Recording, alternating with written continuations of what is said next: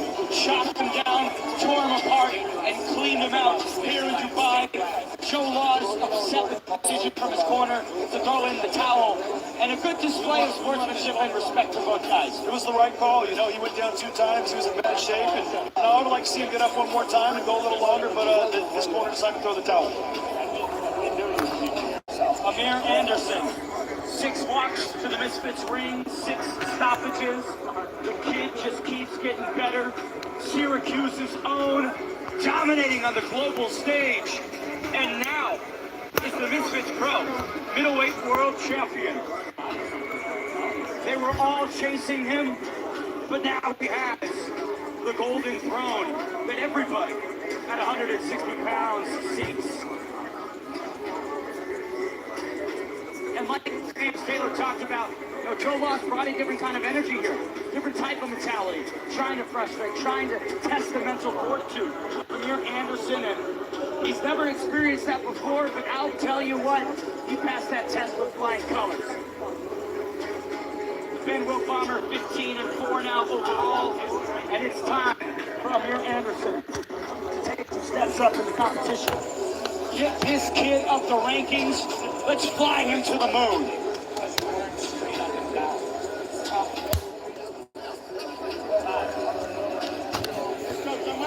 Yeah, I went off Leon because I couldn't see your communication. So something just went wrong while I was actually buying the card. But we're back. Yeah, we're back. We added. We got it now. Middleweight world champion, still undefeated, Amir the Cashman Anderson. And new champion here in Dubai, still unbeaten and perpetually feared. Amir Cashman Anderson, the skill level that this young man now I don't know is on. Ben Williams on which, how do I get there? He's on Saturn and he's running rings around all of these competitors. Who knows what lays in the future for Amir Anderson, but one thing is for sure, it will be high level. It's the first time I'm using this Rumble thing, so I don't know how it works. And in all likelihood, I can see this kid remaining unbeaten for quite some time. Oh, he's next. Yeah, we'll watch everything, bro. Even the main card, even in the main fight, we'll watch everything together. Joe Laws, and don't forget to smash this up. Tried to be the ball, but Amir Anderson, the matador, and now the new champion speaks. I hope they will not block my account.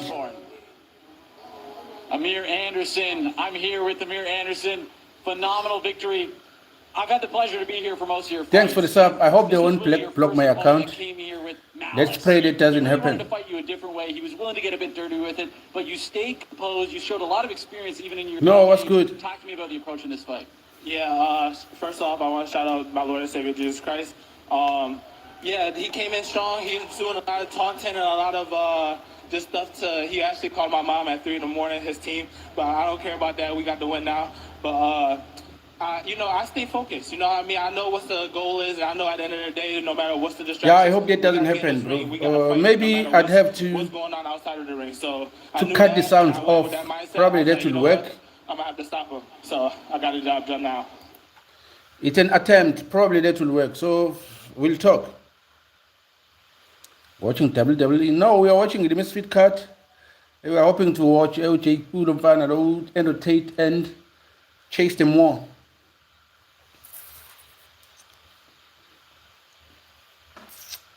And I've just cut off the audio here, unless they actually block my account, because they are not showing it on YouTube. So actually I'm violating their right by doing this. I'm from South Africa, bro. South Africa. And you?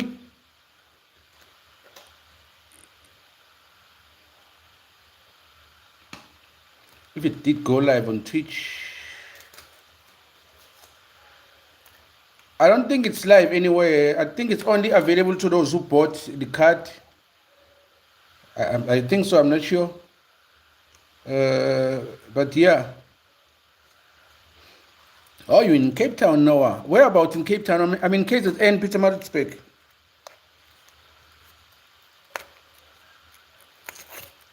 Okay, sound is off. We'll be chatting while watching them. So it's live reaction.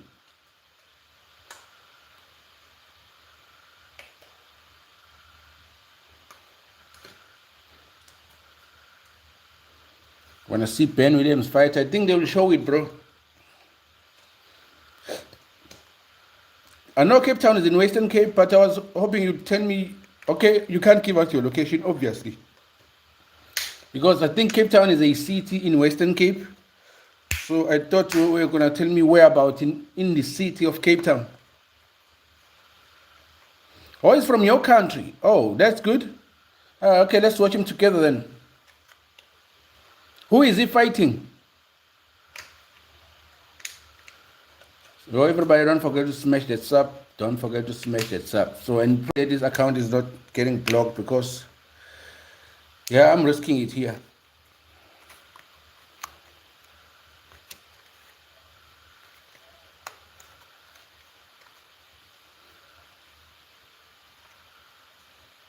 He's fighting Naklamo. Okay, we'll check him out and see. We hope your countryman wins, bro. We hope your countryman wins.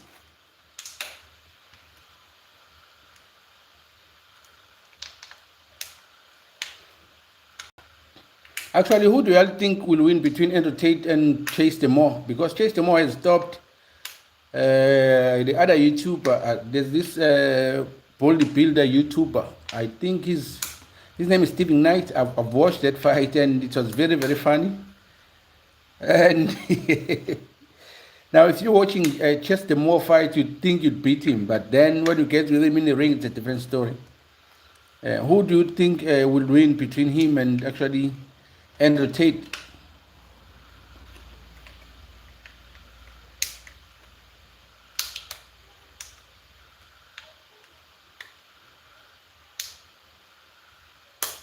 Oh, that's a low blow right there.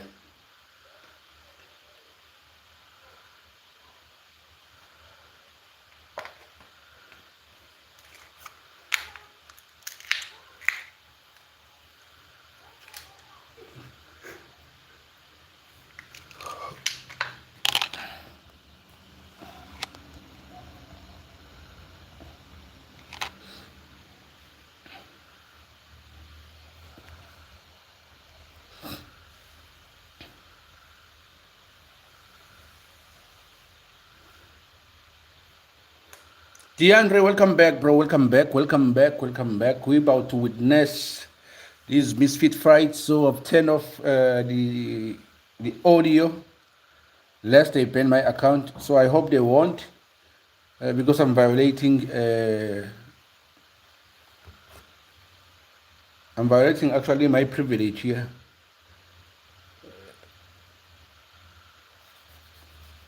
Yeah, we'll try and see, bro. We'll try and see.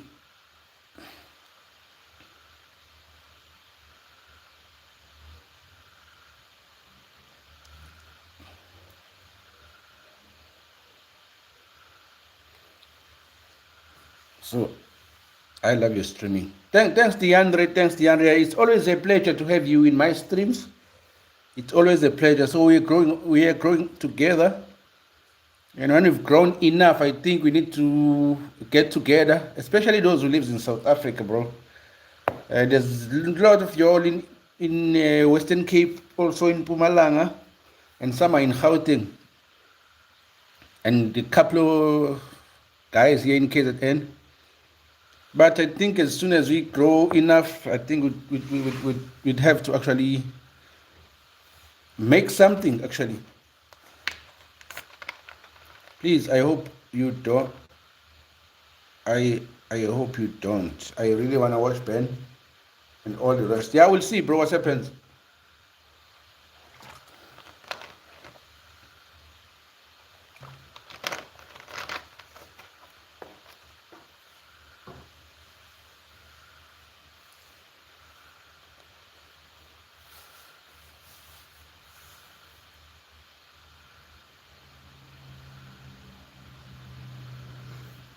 Okay, yeah. I think because DeAndre, you've subscribed to the channel. I think even if this video is private, you will be able to see it tomorrow. But and make sure that it's live, so you can always watch it back tomorrow because it's gonna be available. So if you're tired, bro, it's not a problem. I know you are one of us. Yeah, that's it. But I'll make sure that it's there if you wanna watch it back tomorrow.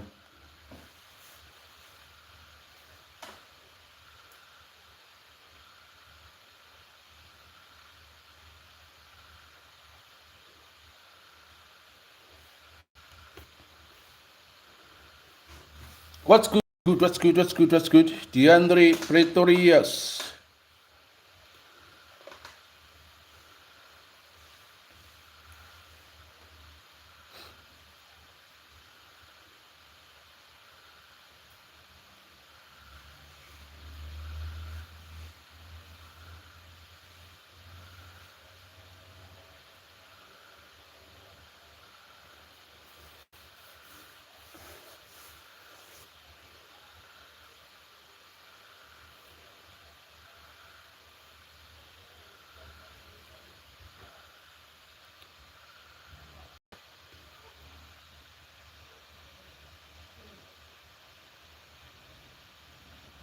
Okay, I'll try that, Leon.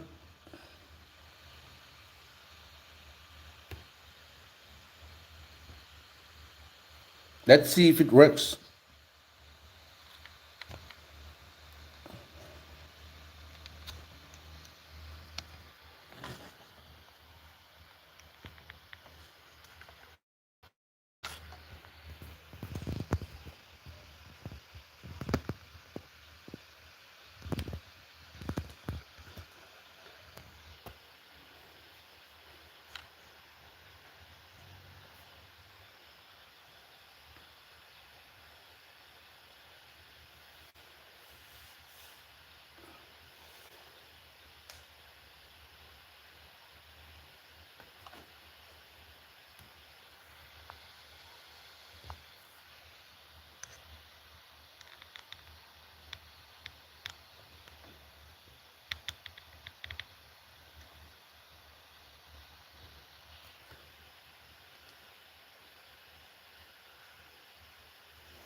Oh, you mean this is Ben?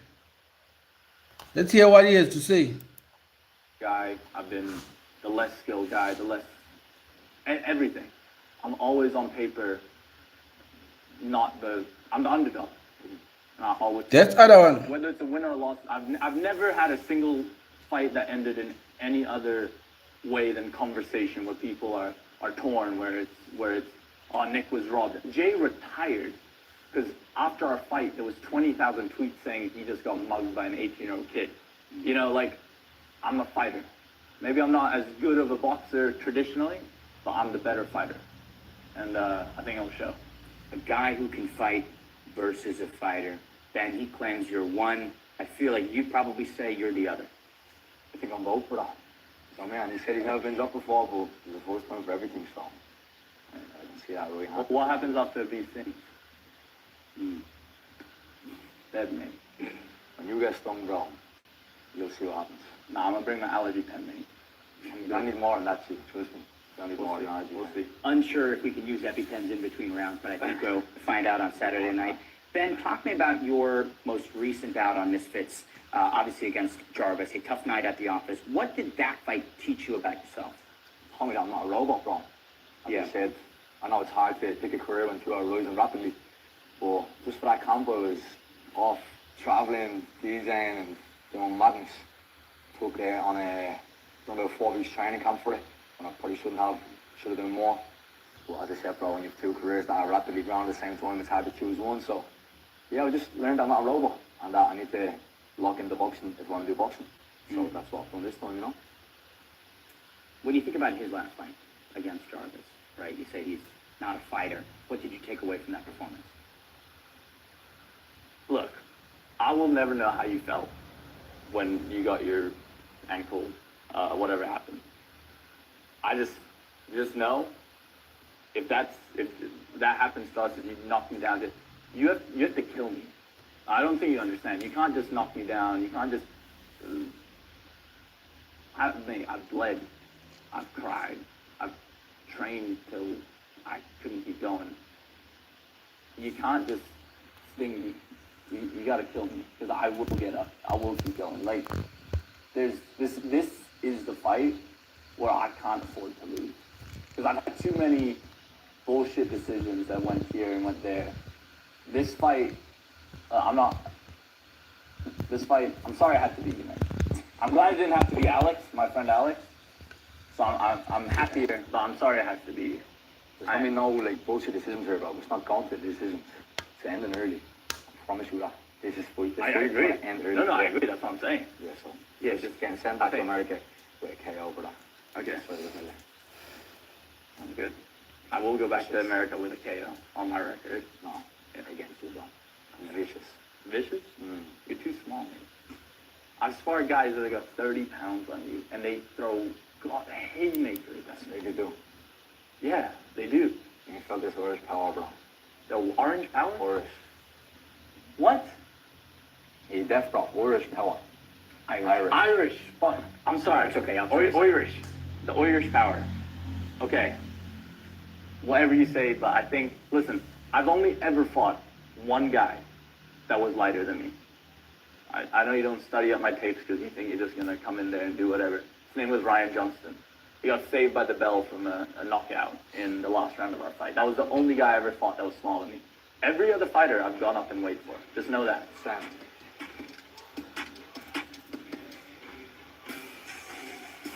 Folks, we are in the city of gold, Dubai. Just turned 50 years old, and we are glad to be here for Misfits Mania, the fight before Christmas, and on Rumble Premium, presented by Duel.com. Gentlemen, it's been a fantastic night so far. This atmosphere is so different, BJ, than really anything I've ever experienced. How does it feel being here in Dubai?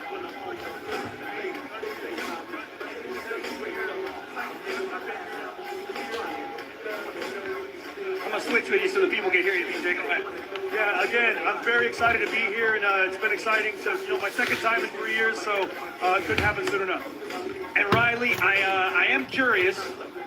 Is it your second time here? Because I think this is your first time out. How are you liking this area? This is my first time out here, and frankly, I love it. It's beautiful. You can get whatever you need, whenever you need it, at any time, and it's just a place to be. Beautiful, sunny, the weather's nice, the people are nice. It's the place to be. Of course, we are here for this main event. Andrew Tate, Jason Moore. We're not quite ready yet for it, but gentlemen, how are the feelings right now? Almost 3 fights away.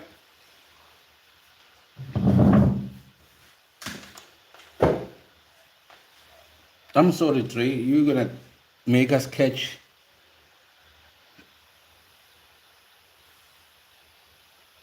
smoke.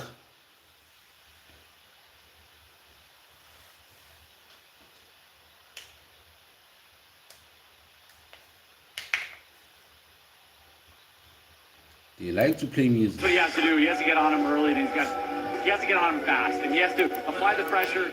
Ideally, hurt him. Because I think the longer this goes, like you guys are saying, Andrew Tate's going to be able to download that data. And Andrew's the type of guy that's doing his research. And he said to me when I interviewed him, he said it's been nice to have a singular focus. And a guy like that, when he takes all that energy and applies it into one area, that's a dangerous, dangerous combination. So I'm curious to see the package that he brings. Because we talked about this as well. Why is this guy doing this? He's got everything. He's got all the money, all the things. But what he doesn't have is the battle. And that's what he's looking for. Riley, you seen the movie Rocky where Apollo Creed says, Rocky's like, hey, we all got to change. And Creed looks at him and goes, I don't want to change. That's exactly what Andrew Tate is, and I think we're going to see that tonight. Well, listen, that is our main event, and Andrew Tate's going to have to change a lot of things to get that heavyweight belt. But our next fight is one I'm very interested in, gentlemen. Nick Lamau, Ben Williams. This one's going to be a very interesting contest because Nick Lamau, he'll smile in your face, but when he gets in that ring, he is a dangerous dude. And Ben Williams just looks the part, jacked up to the gills. Just had a fight recently that he knocked a guy out, and he's ready to go. And I just want some thoughts real quick. Nick Lamau, Ben Williams, Riley, what do you think? Well, Ben Williams has said that he's finally been focused on boxing. This is a guy that clearly had the skill, but the last time I watched him fight was in Ireland, in front of his hometown, 13,000 sold out seats. And he even said that was nervous, that was pressure. And there was a lot of gaps in his game. He came out a bit too fast, still got the win, but this time it's going to be different. Preparation, skill, composure. If he can bring those three things, it's going to be a different story. Nick Lamau will, like I said, he'll fool you a little bit. You won't look at him, and he won't pass the eye test as a boxer. But when he gets in, you're starting to see him shoulder roll and show some good defense. BJ, I'm telling you now, you're going to be shocked at how good this guy is defensively to offensively. I know how much you appreciate it, so stay tuned for this one. But just a quick wrap-up, BJ, for these two guys, young guys, back in there, they're hungry. Nick said, I'm not leaving it to the judges. I've had a couple of fights that I feel like I've got robbed in. How does he change that this time around? I like that mentality. He's fighting a young, strong fighter in Ben. Ben's going to come forward. I think we all know that. And you talked about that shoulder roll. That type of defense is perfect for an aggressive young fighter. Turn, walk him into the shots, take advantage of the misses, make him pay. I like the temperament of Nick Lamau. When I saw him fight 2 years ago in Nashville, I was impressed with him then. I'm curious to see how much better he's got over the last 24 months. Yeah, I am as well. I cannot wait for this one, but we're done talking for now. Let's let the guys themselves talk about this matchup.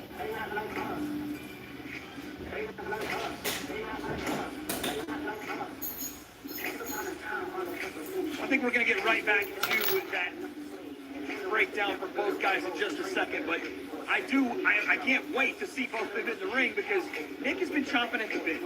He's been waiting to get at Ben Williams, and Ben himself is, I don't know, I think he's kind of surprised that Nick is so confident because he's like, I look at you, you don't fit the part here. Like, I'm a seasoned guy. We've seen Ben Williams compete at the amateur ranks, and now he's here with us, and he's also just a confident guy in general. He's been dismissing Nick this whole week. Riley, that could be a mistake.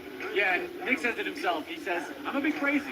I might be a little bit crazy. However, I will say, on paper, when you look at him, sure, he looks like a nice guy. He is a nice guy. But when he walked in on that weigh-in, when he was showing off the physique, when he was showing off the preparation, frankly, he looks very, very in shape. He looks ripped. He looks ready to go. Don't let it fool you. This guy can scrap, and he's coming to fight. I don't know about that hairstyle. It almost looks like he got his hand stuck in an electric socket to get that one going. But that's what, it goes to your point. He is a little crazy, right? He's a little off. And for him to be doing this, by the way, this whole thing is a crossover scene. Most people don't know Nick Lamau has got 10 million subscribers on his YouTube channel. He doesn't have to do this. We say it a lot, but he truly doesn't. So yeah, you got to have a little bit of a screw loose, not only to participate in this sport, but to do it after you've already been successful in other ventures, BJ. No, 100%. And like I said, I think we've talked enough about it where it's a situation of who's going to go out there and impose their game plan. Is Nick going to walk Ben into shots? Is Ben going to be aggressive? Is he going to set traps for Nick to take advantage of that defense? I'm looking forward to watching it and seeing which man is in better shape because we've seen in fights in the past. Ben can gas out. So we'll see if he's went back to the drawing board and made those adjustments. All right, Riley, one last key to the fight for both guys. Quick. It's going to have to just be, can Nick wear down Ben? Can he get him into deep waters? Can he apply the pressure without getting himself hurt? And then can he enact his game plan later in the fight? That's our analysis. Let's hear from both fighters now. What do they think about this matchup? Some fights are built on noise. Others are built on intent. Nick Lamau made his name where attention is currency. A fighter who knows how to control the moment as well as the spotlight. Across from him at Misfits Mania stands Ben Williams. Loud, rash, relentless. A competitor who believes respect is earned. One man turns unbridled chaos into confidence. The other turns relentless pressure into punishment. No scripts, no tracks, no retreat. In the Misfit Boxing welterweight division, Ben Williams versus Nick Lamau.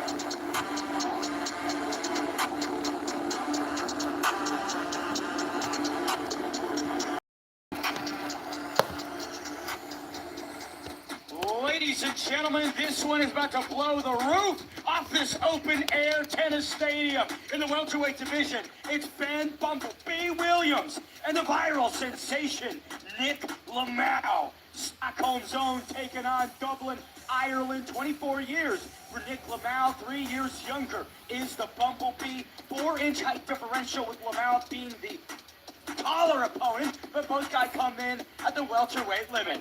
Here's us.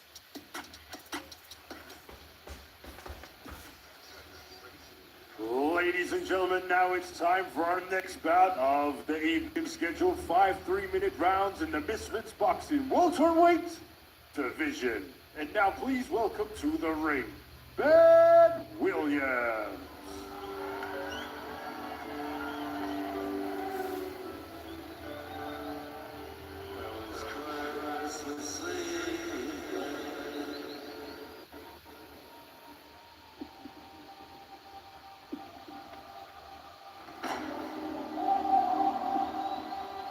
A man who was balancing a blossoming DJing career, launching new businesses, and trying to maintain his boxing development cost him everything at the Qatar Supercard in 2024. But now, Ben Williams assures us he has been 110% dedicated to the craft and will do something nobody has even come close to, sending Nick Lamel on a one-way trip to the canvas.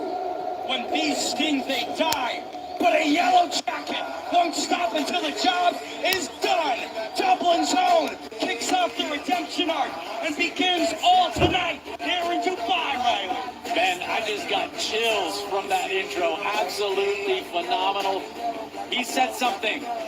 I've been focused. This is all I'm working on. I'm no longer balancing 20 different things. I'm here to fight, I'm here to box, and I'm here to win. A focused Ben Williams is a dangerous one. This kid hits like lightning, cracks like thunder, and leaves you stone cold dead in the graveyard. Everything builds for this. It is win or go home. And Ben Williams' plans on not doing the latter. Ben Williams.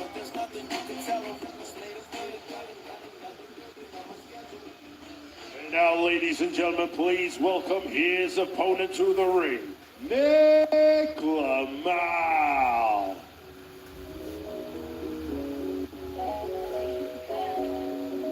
Same night, same result.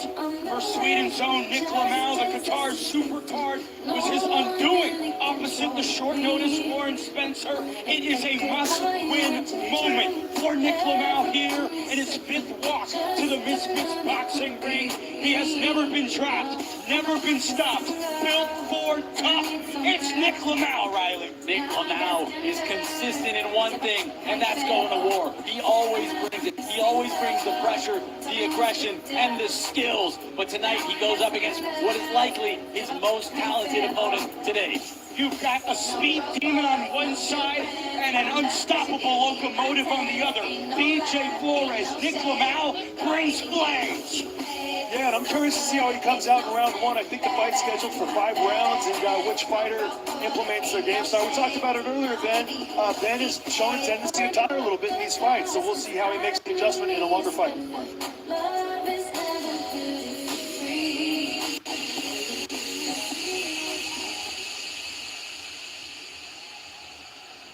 Ladies and gentlemen, this bout is scheduled for 5 3-minute rounds in the Misfits Boxing welterweight division. This bout is brought to you by Misfits Boxing and proudly sponsored by Jewel.com, Prime Hydration, IPO Genie, and Polymarket.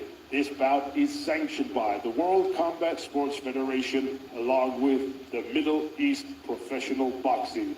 Your timekeeper at the bell, Marcelo Ayala. And your 3 judges scoring ringside. From England, Gary Kitanowski.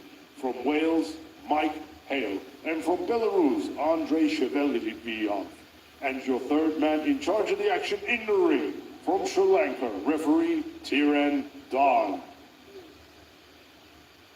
And now, ladies and gentlemen, introducing to you first. Fighting out of the blue corner, he is wearing the black and yellow. His official weight of 153.6 pounds. He has a record of 3 fights, 1 loss, 2 wins, and one of those wins coming by way of knockout. Hailing from Dublin, Ireland, introducing Ben the Bumbleway Williams!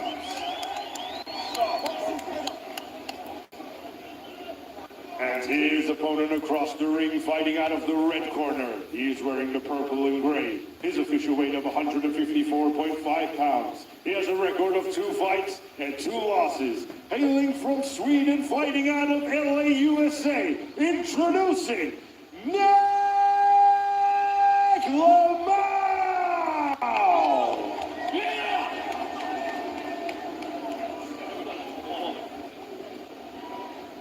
Bosses. Comments all the time. I don't want to say rabbit punches, kidney punches, or below the belt.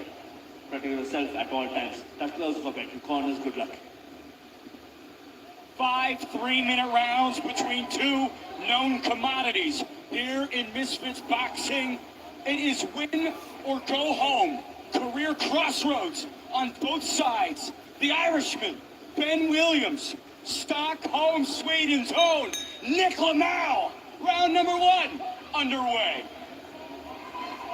Tons of fast twitch muscle fiber on display right now. Both these young gentlemen incredibly fast. Ben Williams looks absolutely healed in there. Absolutely shredded beyond belief. But we've seen past 10 issues, BJ. That is the main conversation here.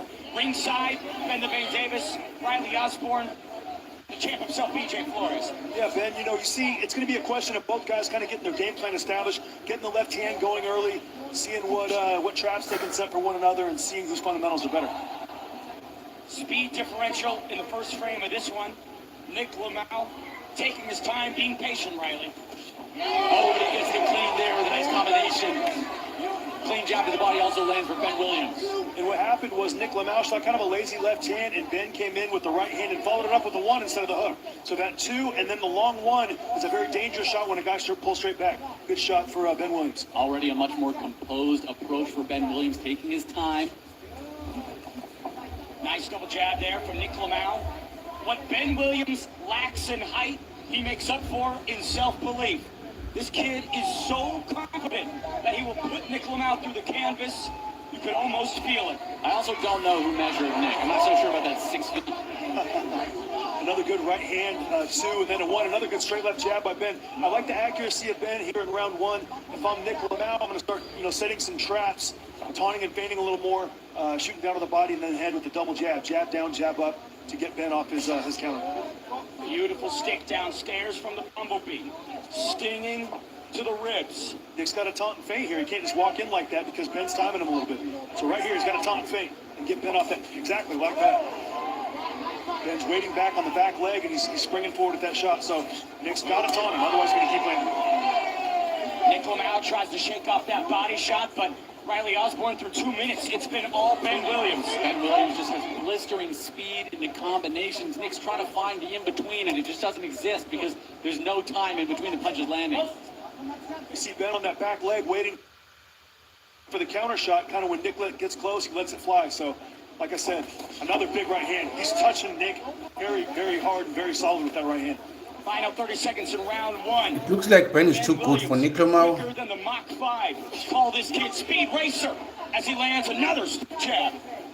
And if I'm Nick Lamau here, I'm going to start jabbing the left arm of Ben. I'm going to jab the body. I'm going to taunt and feint just to make any kind of contact. Because you see Ben leaning back, and Nick continues to aim for his head. Take the body, take the arm, and work away from Ben's right hand. Nick's having a bit of trouble with the guard as well. He's using a bit of a modified Philly shell and not having too much success with it. DJ, it's difficult to have the Philly shell while coming forward. It's usually a more reactionary approach. That's what you do. You got to stand your back leg, and you got to remember to roll when the right hand comes. And Nick wasn't doing that. You can't stand straight up with a hand down with a Philly shell. You got to be on that back leg. Weight's got to be back there so you can roll with the shot. Let's get some of the replays. Great first round from Ben Williams. Nick Lamau a step behind in all aspects, but we've seen Nick grow into fights before. BJ Flores, walk me through these replays. The left hand missed by Nick Lamau, and Ben just steps in with the 2-1. Beautiful combination. A lot of times, nice straight jab as Ben moves his head off the center line. Very good, ties him up. And I just saw a lot of good control and a lot of good patience by Ben in that round. He didn't waste anything. He was efficient, and Nick's looking for answers. And what we've seen cost Ben Williams before is that volume overload. Taxes his system by throwing non-stop action. BJ, if he keeps up with this pace, I can see Ben's stamina holding all 5 rounds. Yeah, this is a lot better of a professional style instead of an amateur style. You see Ben over the last 6 months has really calmed down. Round number 2 underway. There you go. That's good right there by Nick. Now he's starting to shoot the taunts and the feints, and that's going to get Ben off balance a little bit. And Riley, there might have been an element. Oh, nice shots there from Nick Lamau on the inside. Nick is just a great example of someone that grows into a fight. He shows his grit, his durability, and his absolute gamesmanship. He's so willing to fight, so willing to get in there. So I'm absolutely waiting for him to grow into this fight. And that's working right there. You see those little taunts and face by Nick. That's getting Ben just a hair off balance and a hair off his back leg. So Nick's got to continue to do that to set up the left jab, and now he's going to get us down that center line. Almost bringing Nick Lamau into the commentary booth. The Bumblebee, Ben Williams, bulldozing, Stockholm zone. But that's not what you want to see from Ben Williams. That's that type of aggression and brashness that he attacks his stamina, BJ. Yeah, well, Ben's the one who shot forward and did the pushing there. It wasn't necessarily Nick. So Ben's just got to calm down a little bit, get back to the left jab, like that. And Nick cannot walk in and try to get into range before he punches. He's got to shoot and punch into range. I don't know if that makes sense, but looks like a cut over the left eye on Nick, possibly due to a clash of heads. Nick Lamau lacerated, wearing a crimson stripe. 1 minute 50 here in round 2, and Ben Williams switching stances. He's feeling himself, BJ.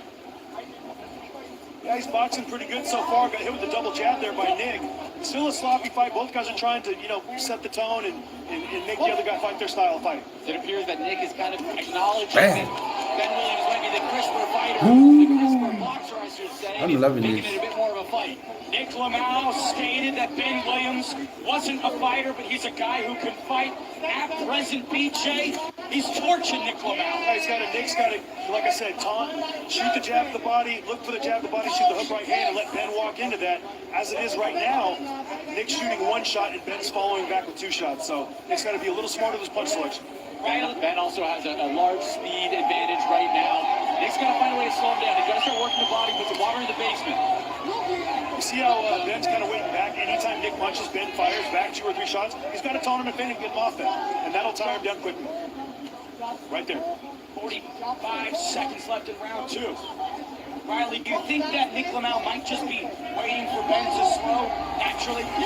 That's the natural game plan that you would assume, but Ben is presenting a much more composed fighter at this rate. He's not even sweating it. He can go all 5 rounds at this rate, no problem. And Nick's got to drop down to get low on some of those shots instead of trying to back straight up. That's not the answer. It doesn't work like that in the sweet science. You can't back straight up on that straight right hand. You got to drop underneath it or get your head out that center line. There it is again. Big shots from Williams. Nick Lamau trying to charge forward. Nothing going for Stockholm zone. Final 10 of round 2. And Nick's very gunshot here. You can see it. Bam! Big right from the Bumblebee. It's a good shot. Doubler stinging Nick Lamau right. The legs absolutely locked up right in front of us there. That shot absolutely hit Nick. BJ, when you're watching a fight like this, Nick's got to make an adaptation. He's good. Well, Leon, your boy is good, bro. Your boy is good. I think it's too much for Nick Lau. Or is he just getting blasted right now, and then Ben's getting out of the way? He's gunshot. You can tell when he's coming forward that, he's shooting. Yeah, he's pretty good, bro. He's pretty good. Look at here in the replays. And, Ben's having his way with that jab, then he kind of stepping in with the right hand. That one didn't land, and this is the push almost back into the commentary booth. He almost landed on us right there, Ben. But, Ben's having his way with his antics, with his taunts, with his feints, with his straight right hand. And Nick Lamau is pulling straight back, and that's continuing. Ben Williams to land the straight right hand. Shades of Ben Williams' debut. His second Misfits fight against Warren Spencer. Pull back right hand to start the finishing sequence. Bumblebee pulling out pages from the history book. And to clarify as well, it seemed like there was absolutely no clash of heads in that corner, so this is a clean cut from Ben Williams. Looks like we are getting the doctor ringside position to come in and maybe take a peek at it. Looks like it's in a fine spot though, BJ. Yeah. Nick immediately adamant that he's good.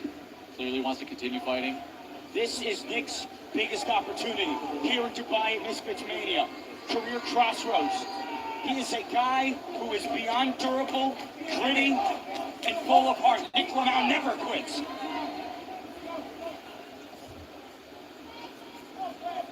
Now at the midway point, Riley, we start to see whether or not Ben Williams is going to slow down. And I guess the real determination here is if that headbutt was caused by a headbutt or if that cut was caused by a headbutt or a punch. We haven't had a ruling from the referee yet, so it really changes the dynamics of the fight. Unfortunately, it doesn't change the injury. The cut is there, and Nick's going to have to fight through it.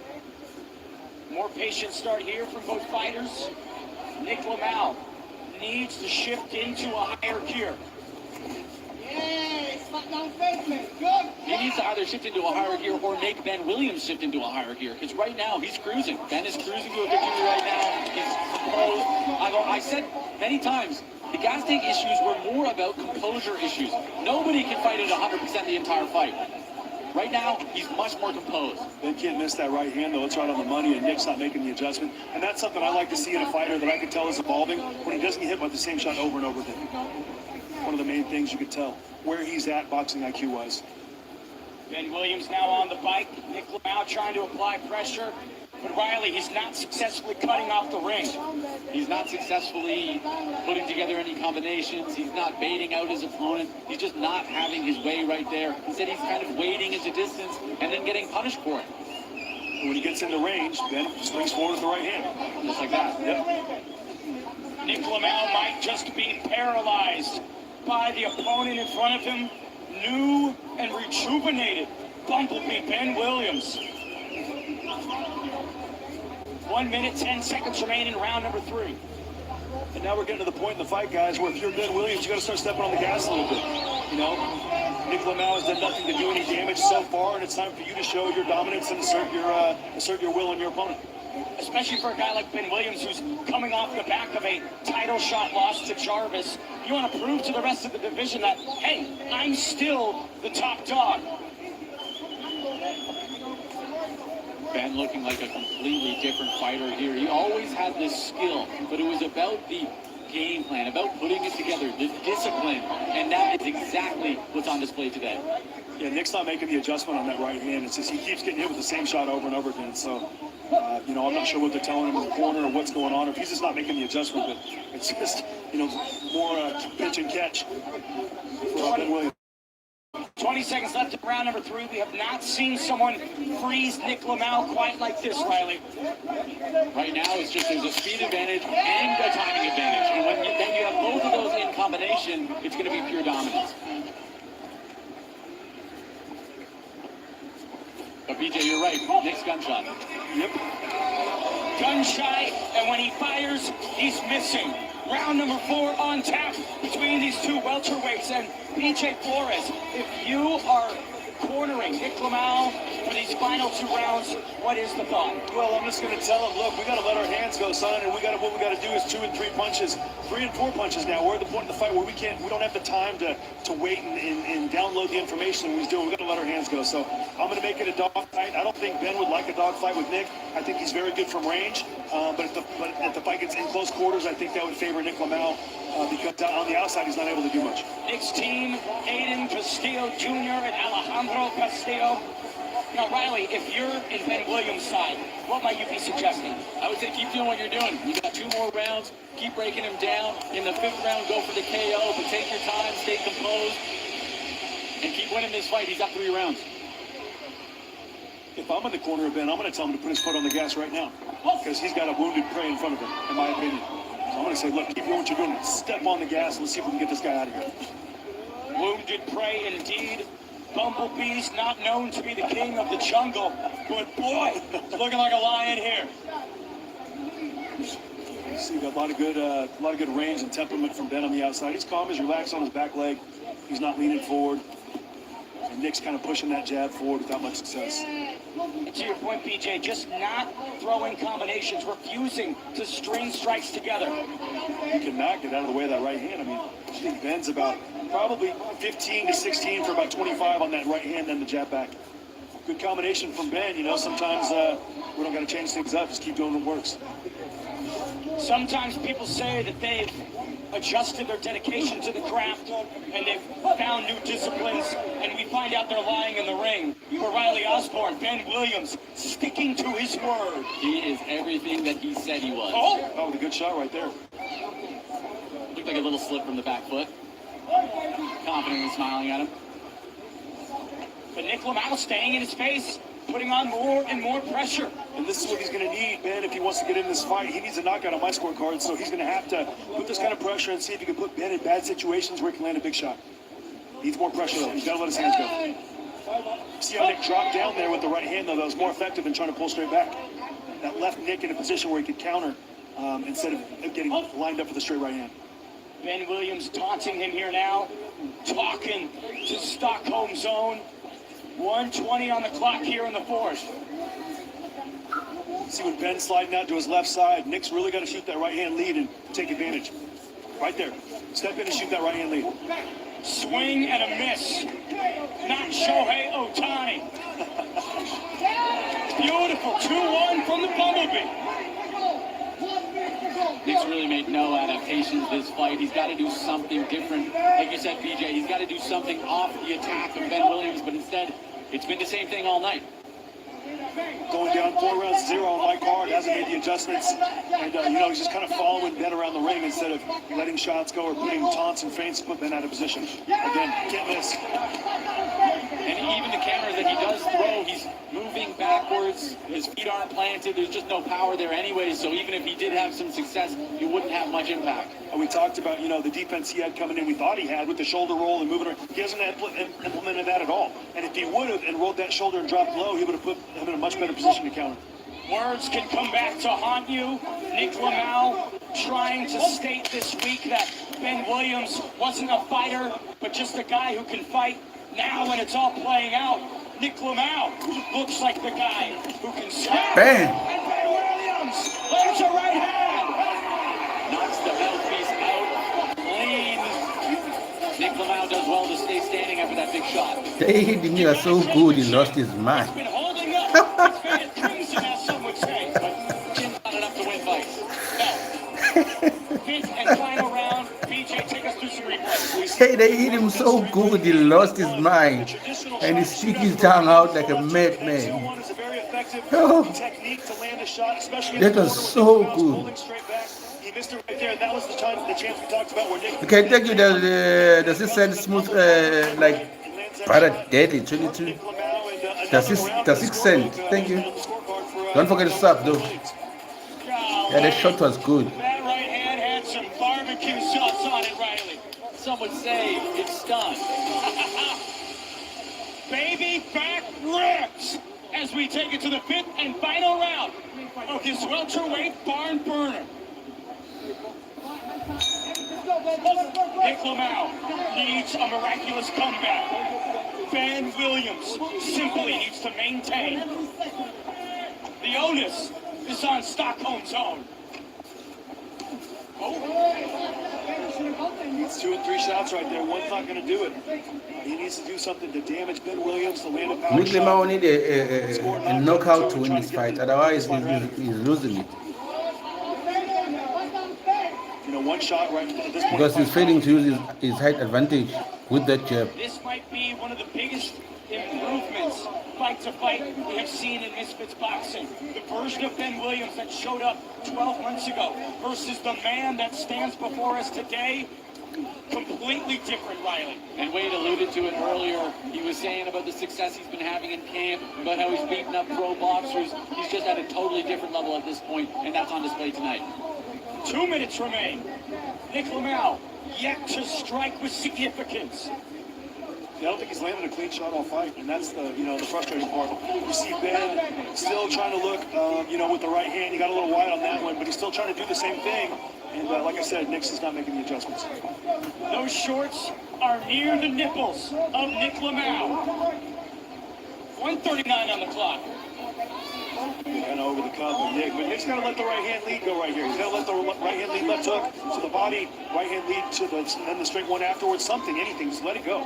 To your point, BJ, no dedication to the midsection. Nick Lamau has not changed levels. He's headhunted this entire time. And now Ben Williams goes for a double leg takedown. Shades of Jake Paul, Riley. Ben Williams, a minute left. On me, I think it would be the time to really go for the finish. Nick really hasn't posed any risk this fight. Maybe there was a shot we missed, but frankly, it doesn't seem like Ben has been in trouble at all. Now's the time to go for it. Try to get the finish or at least a knockdown. Something of note. It's been a phenomenal display of skill and ability, but I'd love to see that next step. 50 seconds remain. Career crossroads for both gentlemen. But Ben Williams showed up in vintage form.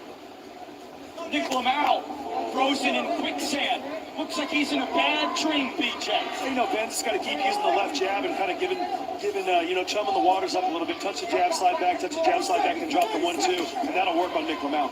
Because you see Nick kind of walking in the front door, no taunts, no three things, things. so take a little half step back, feed him the jab. Don't forget to smash that sub and then tap the like on the screen. The front door and get married in the backyard.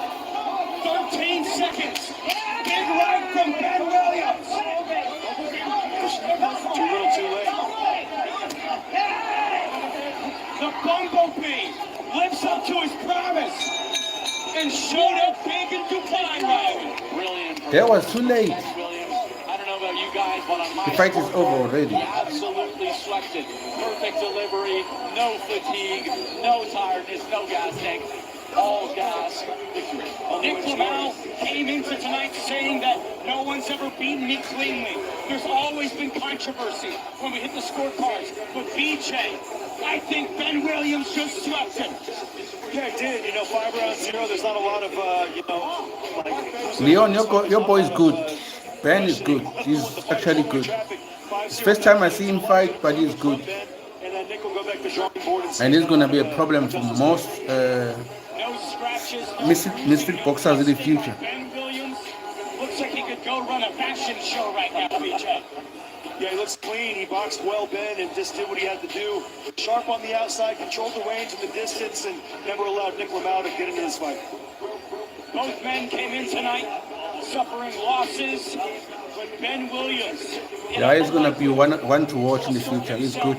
Back into the Misfits boxing win column. And he's relaxed. He doesn't even look tired. So he's much more fitter than Nick Lamau. There was heart on display, but just didn't string anything significantly together. It didn't seem like the Nick Lamau that's shown up in past fights showed up tonight, BJ. Well, I think this is an evolved Ben Williams, and that kind of stopped Nick Lamau from making any adjustments.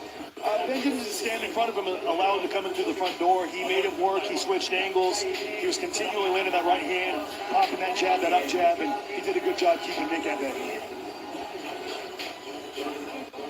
Still more action here to come in Dubai. 4 fights remain. All roads lead to the Misfits Boxing Heavyweight World Championship Showdown between Chase Demore and Andrew Cobra Tate. But to find out the official decision in this one, we send it back to us. Ladies and gentlemen, after 5 rounds of boxing, we go to the judges' scorecards. All 3 judges scored about 50 to 45. And your winner by unanimous decision, Ben Bumblebee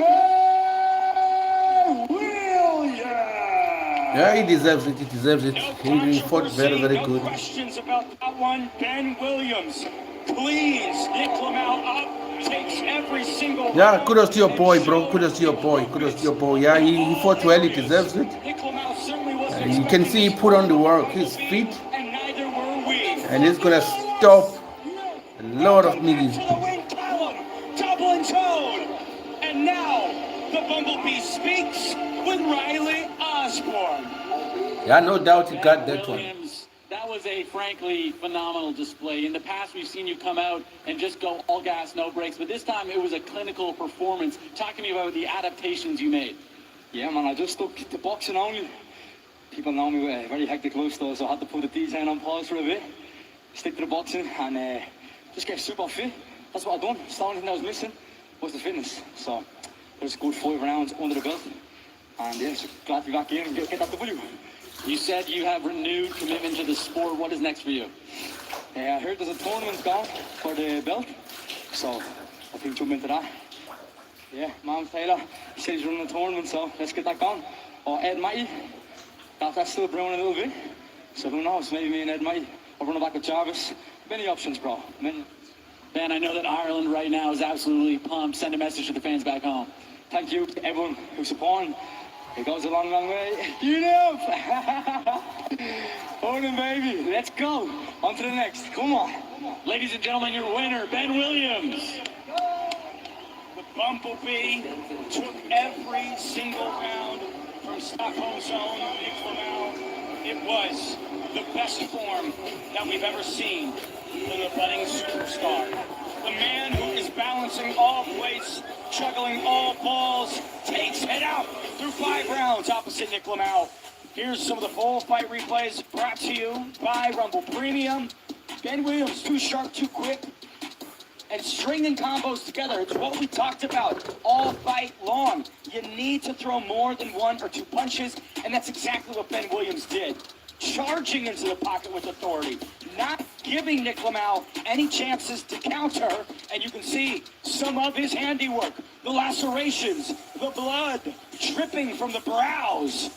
Beautiful right hand from Ben Williams. Perfect form, gets Nick Lamau stumbling backwards, and he just never let up. Here's the 4th round. Ben dancing, diving, ducking, bobbing, weaving, and boom! Big right sends the mouthpiece to Canada. What a move! In that moment, the eyes from Ben to keep the lead and maintain the success. No complacency from the Bumblebee through 5 rounds at 155. And in the final 2 minutes, the young superstar continued to prove the new levels at which he has found himself at.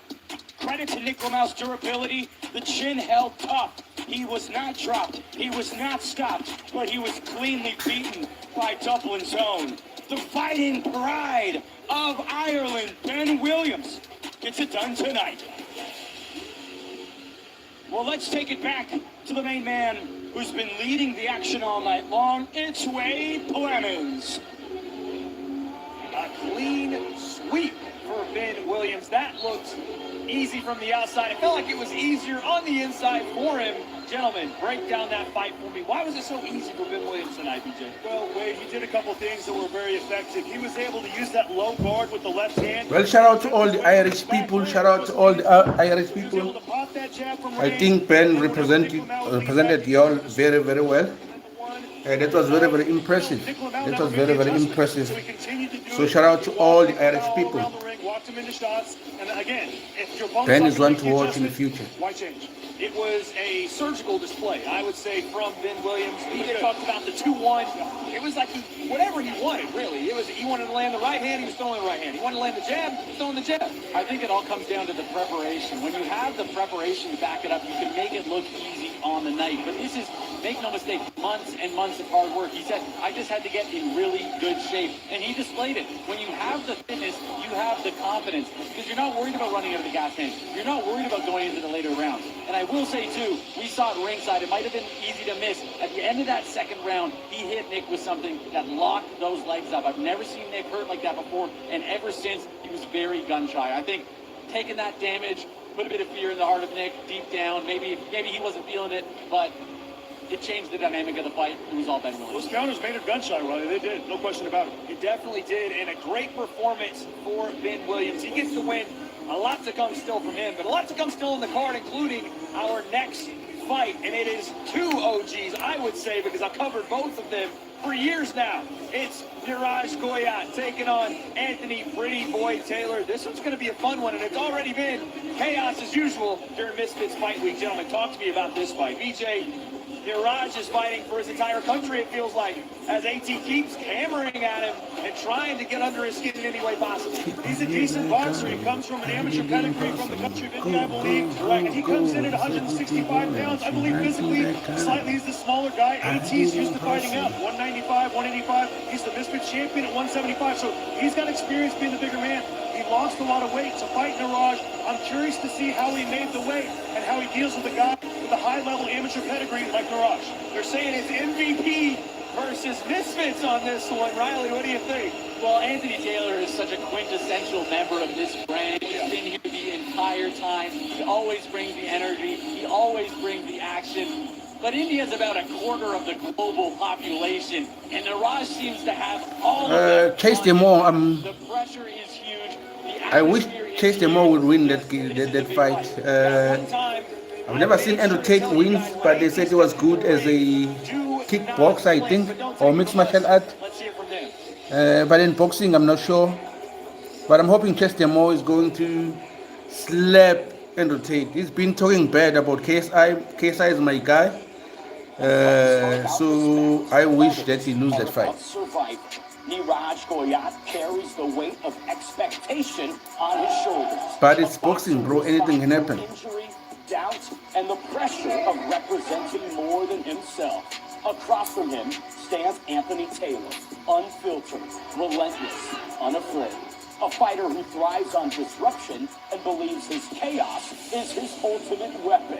One man fights with purpose. Taylor is the other character. fights to break your rhythm. Taylor is the character. Okay, let me see the first round. Let me see the first round, then I'll tell you which one I think might win the fight. Niraj Koyat.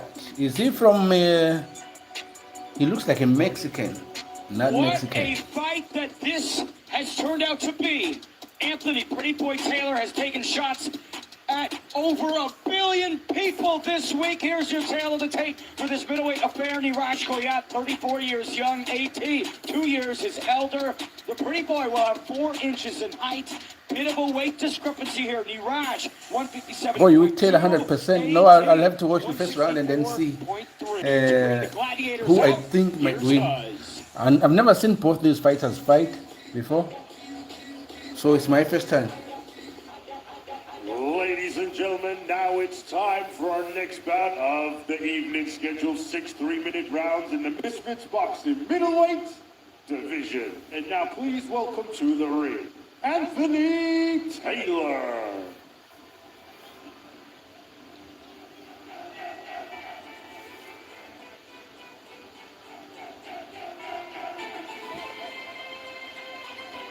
This has been a man who has carried this promotion many times before. You cannot spell GOAT without AT. And here he is once again in Misfits Boxing.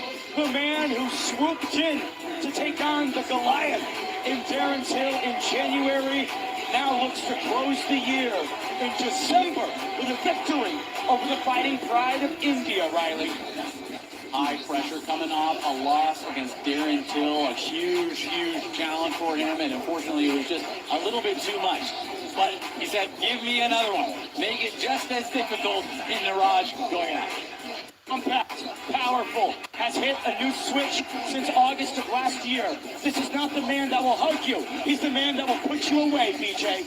Yeah, for a little while, AT was known as the guy who would smother you, get you tired, gas you out. Now he's been letting his hands go. So, but tonight he's facing a good prospect, a nice young fighter with an amateur background, Niraj Koyat, who's been, competing at a very high level in the amateur ranks, and it'll be interesting to see how AT makes the adjustments.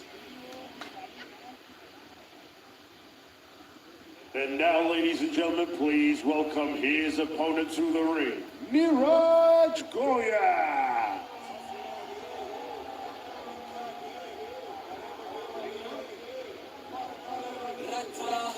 Over 1.4 billion people in India, and Niraj Koyat is the boxing fighting pride of the entire nation. The first Indian to ever be ranked by the WBC now makes the Misfits Boxing debut, coming off of a stellar display against Whindersson Nunes in November of 2024. It has been intense, it has been heated, but Niraj Koyat has promised to end AT once and for all, Riley. He brings so much hype behind him. So many people want to see him succeed. And does he have the skill to back it up? He has been doubted out many times before, has come back from losses, pushed himself into the win. We'll see if Niraj Koyat can topple the tiny titular foe in Anthony Taylor.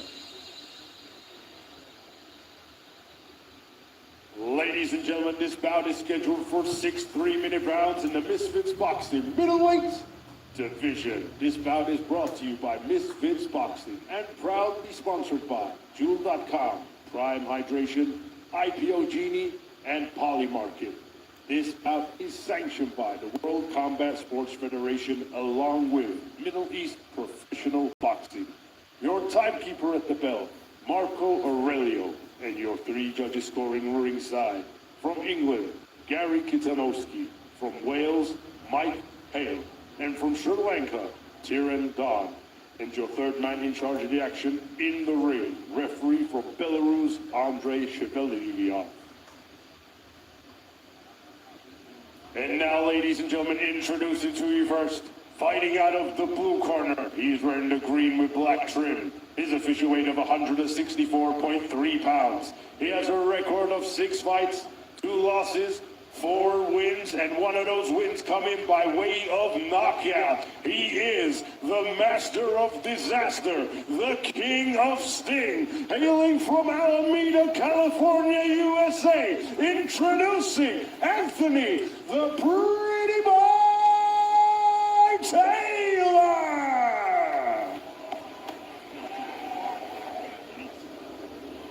Is this guy Mexican?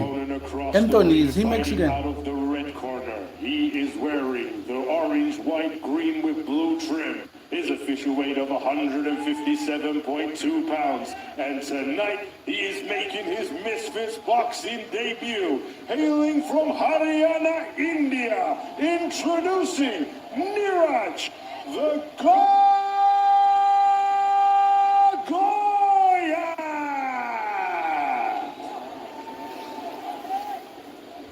I think he's from Colombia. If they didn't say he was from India.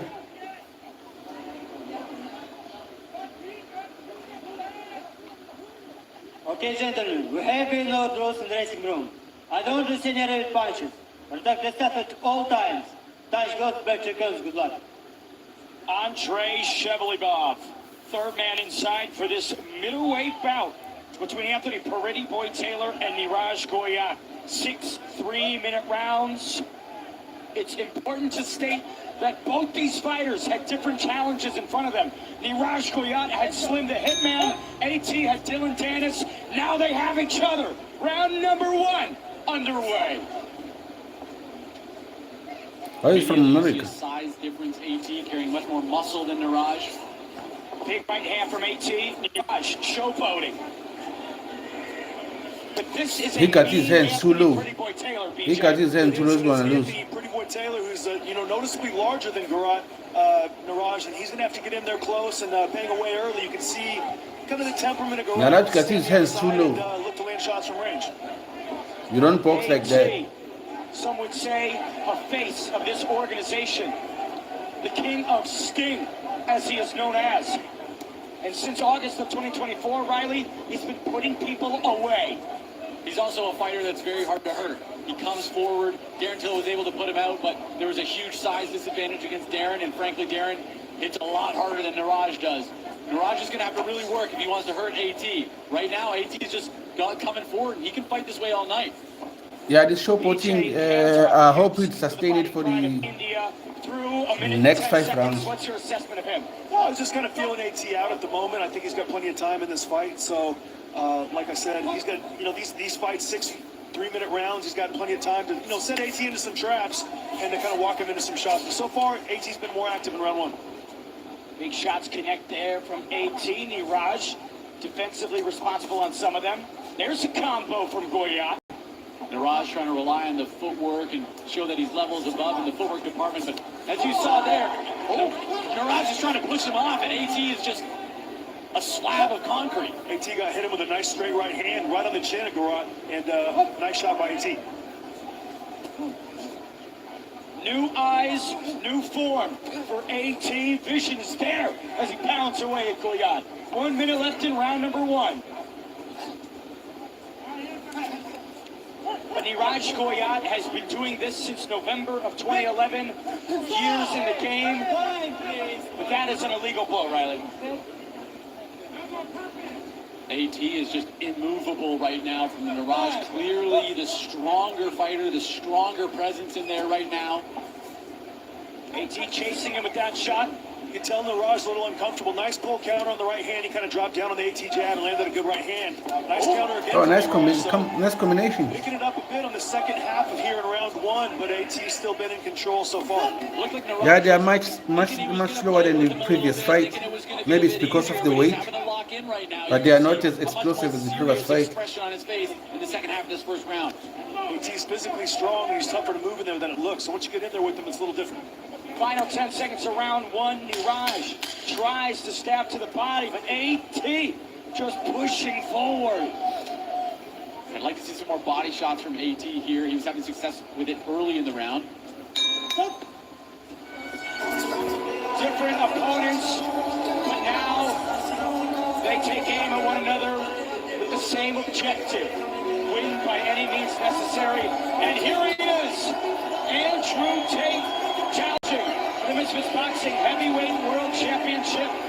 BJ, I saw him getting a haircut earlier today.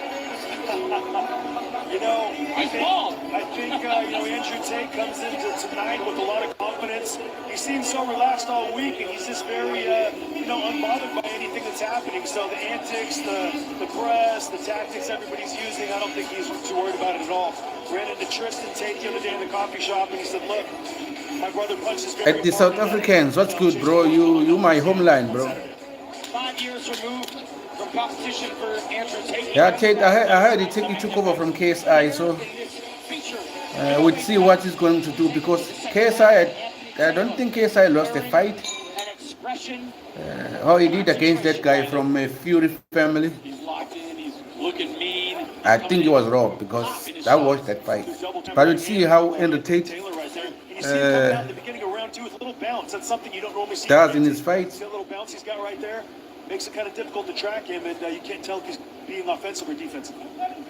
He's also doubling up on that jab, creating some avenues of entry there, BJ. Yep, good tactic by him. Following up with 3 shots there, Niraj is moving straight back. AT just continued to walk forward to the straight shots, and nothing crazy, but he landed. It's a completely different approach from Niraj in this round. His feet look much heavier on the ground, high guard instead of the hands by his side. Clearly, he's feeling something that made him realize that initial game plan wasn't going to function. AT with a switch to southpaw, not something you see too frequently. 2 minutes remain in round number 2. I don't think I've ever seen AT go to southpaw like that. He looks comfortable. AT claiming that Niraj is doing an old school tactic of stepping on the lead foot. When Yeah, it's too expensive. It's the South Africans, too expensive. I've checked it. But I've had to risk my channel also. I hope they won't block it. But let's see what's going to happen. Connecting to the chin. That gave Niraj a little momentum here in that second round. Anthony started good, and then Niraj stole the middle part of the second round right there with those good right hands to body and straight right hands up top when AT was in the southpaw stance. Something bothered Niraj there when they clinched. Maybe potential clash of heads or complaining about the shots behind the back. See some nice upper body movement from Niraj there. Kind of bending over, bending forward, landing the jab of the body, the straight right hand. Niraj got to let his hands go a little more here in round 2 if he wants to, close this round out. Good, right there. Nice combo from Goyat. The fighting pride of India, stinging Anthony Taylor. Nice pull. Okay, Goyat can fight. He can fight. He needs to get his hands up to defend himself. But he can fight. Oh, that was disrespectful. That was way disrespectful. I hope he wins the fight after that. A bit of negative gamesmanship there from Niraj. But AT's pushing forward. He's unwavering in his attack. Yes, Niraj has had some success here, but it seems like AT's much more composed. He's much more calm. He's not too stressed out. You see AT coming forward, though. He's a little too high for my liking. I'd like to see him drop down and get a little lower so he gets some leverage on those shots instead of just pushing. Because when he's high in that position, he can't get leverage on the shots for more slapping. Nice shot. AT showing some shades of the old playbook. It's a big right from Goyat. Goyat showing some great hand speed here in the clinch. We're on the break, Leon. You can actually check back and see what happens there. While AT has his hand on the ground, you see what he did, and then come back to live. And I think that AT in the second half of that round thought, I've got to close the distance, I've got to get back on him and smother him a little bit. Yep, looking at some of the replays here. Nice body I shot. think they show it here. Left hook from Niraj. Didn't really do anything, but then he pushed him down. The referee called a break in the action. Right there. That was disrespectful. I hope he wins the fight after that. Nice straight left jab from Niraj a second ago, but then at the end of the round, you saw Niraj kind of getting a rhythm over here in this corner, right in front of us, and Lance. It was too disrespectful. Niraj ending a 13-month layoff here tonight. Anthony Taylor aiming to bounce back from a devastating defeat in January. What did I redeem at Perko? AT just comes forward, gets in your face, doesn't give you an inch, Riley. This is how his game plan has to evolve. He has to break you down. He's not really going to win the boxing match. He has to fight you, and he's very, very good at it. A very clear, deliberate attempt for Niraj to try to step on the foot of AT there. It was caught by the referee. Nice combo there from Niraj. AT has to be more mindful coming into the pocket and where he puts his chin, BJ. When AT's bouncing like that, he's a little more dangerous than when he comes in flat-footed. So there's a little more deception when AT's trying to come in when he's bouncing. And Niraj is starting to time that left jab to the body. He can look to set up. We're in round 3 now. It's the midway point of the fight. He can start setting up that left hook up top after he's had success on the jab to the body. Niraj trying to set traps right now. React off the jab of AT just like that. Good right hand by Niraj over the top of the jab. And AT's got to switch up the tempo and the timing of that jab a little bit if he doesn't want to continue to get countered. He's also headhunting a little bit. He was having a lot of success with the body earlier in the fight and seems to have abandoned that. There's a good body shot there. Good body shot. Nice clinch from AT. Riley, I think Anthony Taylor should be a heavyweight boxer, fighter. I don't think he should be fighting on the middleweight. Now he's adjusting back to boxing. Do you think that plays into this fight at all? I think AT's permanently game. He's always ready for whatever you need. But, of course, that has an impact. Niraj is boxing really nice right here. Good jab to the body. He's getting some momentum here in the middle part of round 3 here. And AT's got to be careful not to let Niraj run away with this third round. He got a 1-1 so far. Nice shots from Niraj up close in the phone booth. I think the first round was for Anthony Taylor. The second round was a draw. And I think Niraj is coming stronger now. He probably gonna win it, but we'll see what happens in the next 4 rounds. He's showboating too much. He might slack and then get punished. Something to look back for. 50 seconds to go in round number 3. We are approaching the midway point of this middleweight matchup. Good jab right hand by AT right there, and Niraj in the high guard. He's got to look to counter back with something. Nice big right hand there from AT. AT coming back in the second half of this 3rd round. This has been a close fight. Tate or Chase? I saw Chase Bro stopping that muscular guy who is a reactor, YouTube reactor. What's his name? What's his name? He has a channel, Night Nation, Stevie Knight. I think he might win this one too. So I think Chase Demore might win. I haven't seen Andrew Tate fight, but I've seen Chase Demore. So I'd put my money on Chase Demore. And he's showing that through 3. The midway point of this middleweight matchup. Depends on what you like. You are crazy. Started well, but it kind of depends on what you like. Good combination punching from Niraj, good straight right hands at the end of round number 3. So a bit of a difference in the body language in the corners. AT Tate has 100 fights. Chase is an amateur who is 5'2". Okay, I haven't seen Tate fight, bro. That's why I'm saying maybe he might lose. But if he has 100 fights on his belt and he was good, yeah, he's probably going to stop Chase Demore. But Chase Demore, yeah, I think he stopped everybody who actually thought they were going to knock him out. So we'll see what's going to happen, bro. We'll see. I haven't seen Andrew fight, but we'll see. He's good in kickboxing. I don't have that fight on kickboxing. Southpaw stance in and fires left hand back to the orthodox, but just lower his lower half a little bit so we can get more leverage. Good right hand. It is 113. What is redeeming Perko?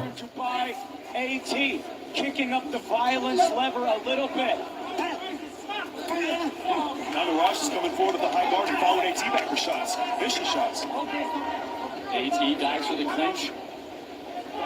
That's not something you normally see whenever AT's in close. He's trying to let his hands go. He's not clinching. The southpaw stance just grabs the gloves right there. It's almost he's trying to do a double punch. Didn't quite work out, but I'm not sure what that was. Referee's doing a great job. He's really policing these guys. Not letting that pen fight electrifying. Why did you redeem it? What do you mean, Perko? Home here in round 4, boys, coming underneath the shots of AT with the high guard and following AT back with the shots. Just doing basic things. Good adaptation immediately from AT. So fires the uppercut. 2 minutes left in round number 4.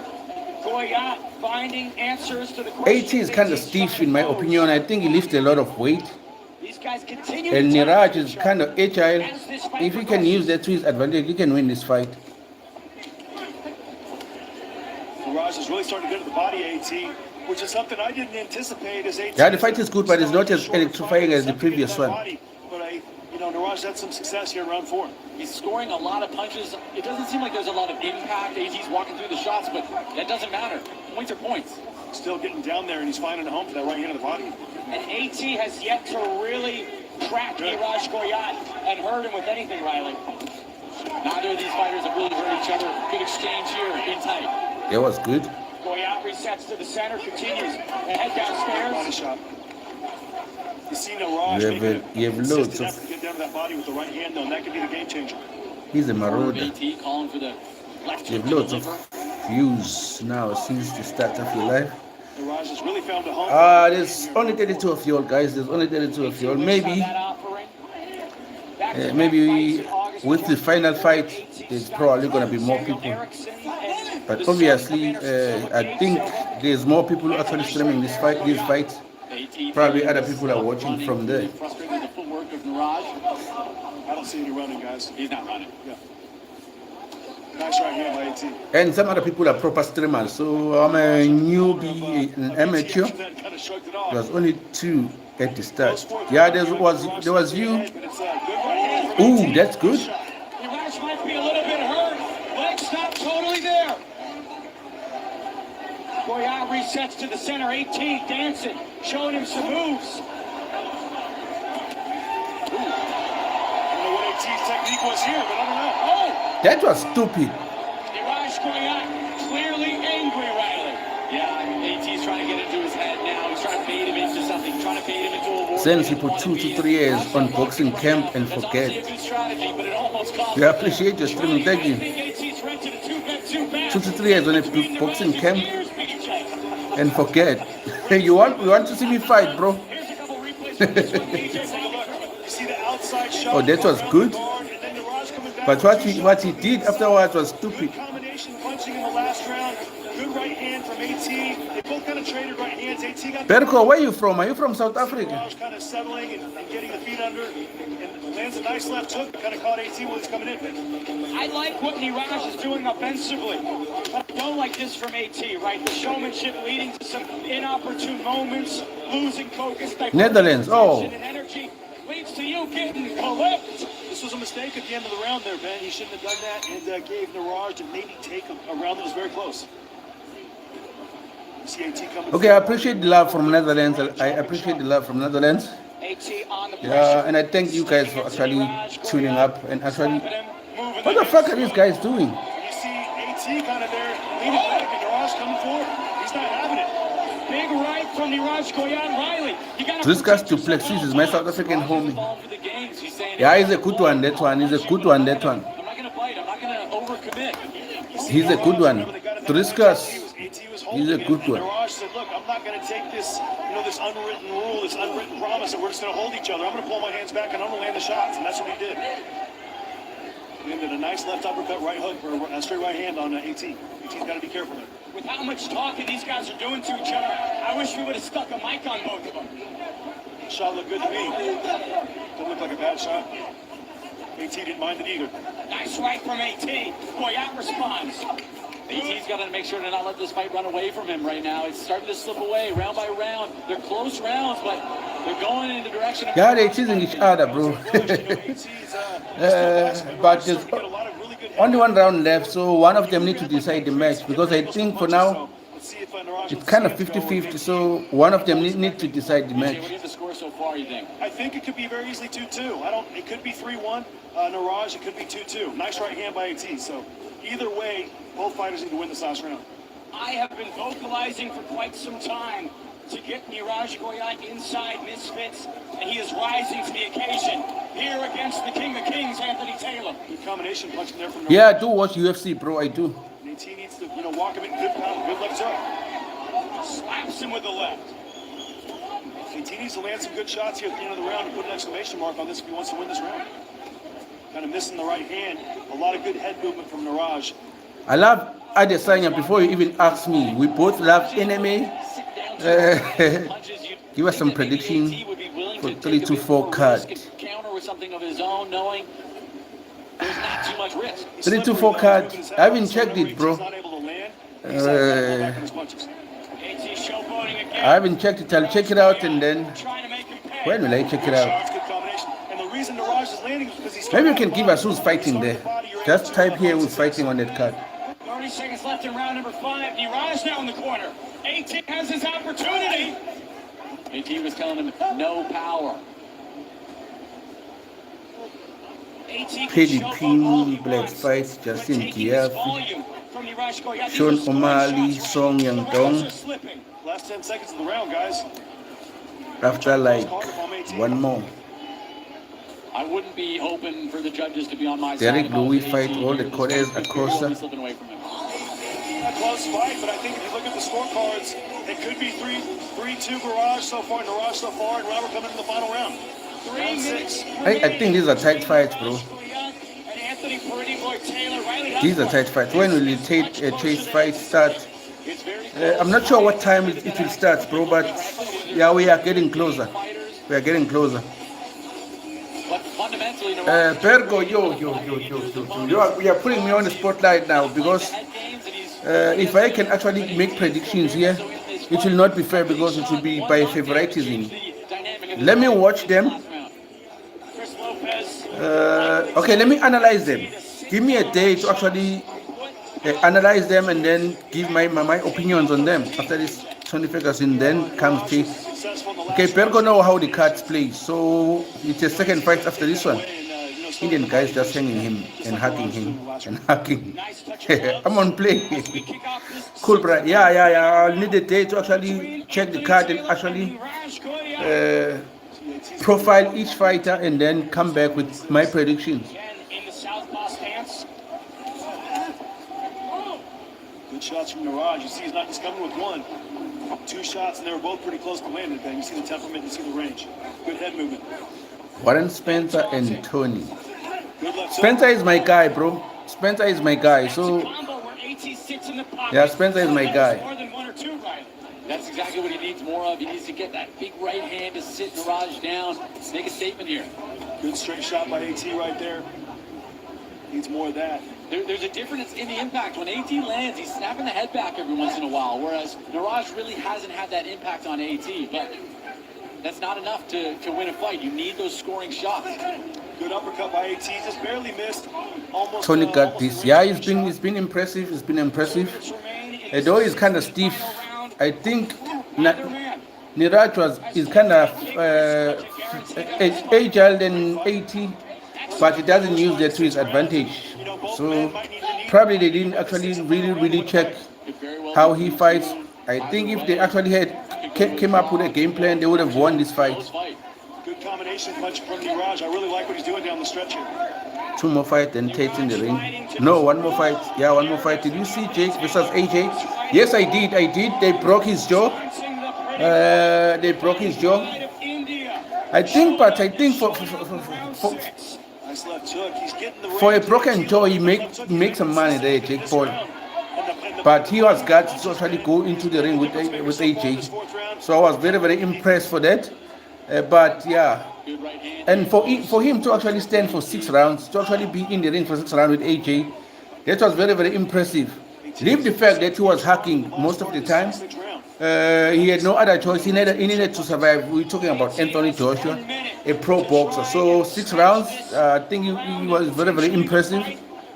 Though he broke his jaw at the end, but yeah, I think he stood his ground. I mean, we always criticize Jake Paul. Even I do that. Most of the time, I always say he picks the fighters that are off their prime. But with Anthony Joshua, it was a different story. And to still stand for 6 rounds, yeah, I was very impressed with that. I'm hoping he's going to fix his jaw, train again, and come back. Anderson Silva was good. I didn't watch Silva, bro. Still nothing too clean right there, Ben, but just, the sheer volume of punches, it's been Grandpa has to retire. The first Indian to be ranked by the WBC now.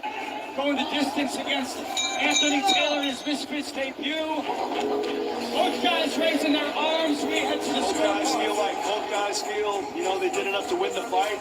I can see how it could be a draw, or I can see how potentially it could go to Mirage. I really could. That can often be deceptive, though. You think you're winning, you think you're doing better than you are, and the audience and the judges see it differently.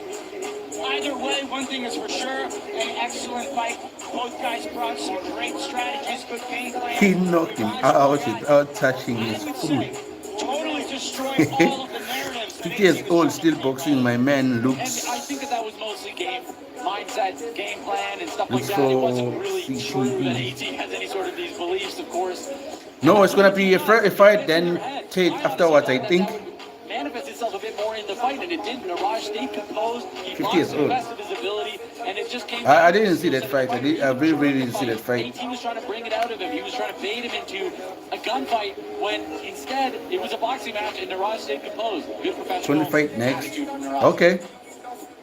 Close fight, though. Close fight. You saw the fight kind of play out. AT started strong, and Mirage kind of had his moments in the middle, and got kind of close there in the end. So it kind of depends on what you like by the judges. But Garant was very, very active. And Perko, you know this card very, very well. Tony, who is fighting Tony next? Bonus for Anthony Taylor to deliver some of that impact and power punching. Just slipped away from him. Couldn't find the timing. At Wheelie. Where are you from, Wheelie? It just didn't put the rush away. Well, it's easy to say that, but I don't want to paint the narrative that it looked like AT lost this fight by any means. Very close fight. In my opinion, No, they can't get his gloves off. Mirage won. That's how I would see it personally. But fundamentally, this was a close fight. AT had a lot Warren. of good moments. He applied pressure the entire time. He landed a lot of great shots himself. But Tony Warren it felt like fight. he could have done a bit more. Yeah. Still a good performance from AT. I think Mirage is a bit of an unknown. So, there weren't a lot of people jumping out to fight him because he was an unknown. And So who do y'all think won this one? Is it Narito or AT? Who do y'all think won this one? Depending on this result, you might regret that, DJ. Well, not necessarily. He's still the champion at 175, and this isn't really his weight bracket. So, AT's the all-purpose man. He will fight anyone, anytime, any place, and that's why we love him. He lost the weight to come down to fight Mirage. He's really a 175 pounder. Especially after training for a mixed martial arts bout Yes. against the submission specialist, Yes. Dennis. A draw? Yeah, I think you have a good eye when it comes to fight. It might be a draw. It A very tall sniper. could go either way. That right hand of his, totally stylistically different from those guys, but they go the distance. Justin, So let's nobody. find out who won this middleweight matchup. Here's Huz.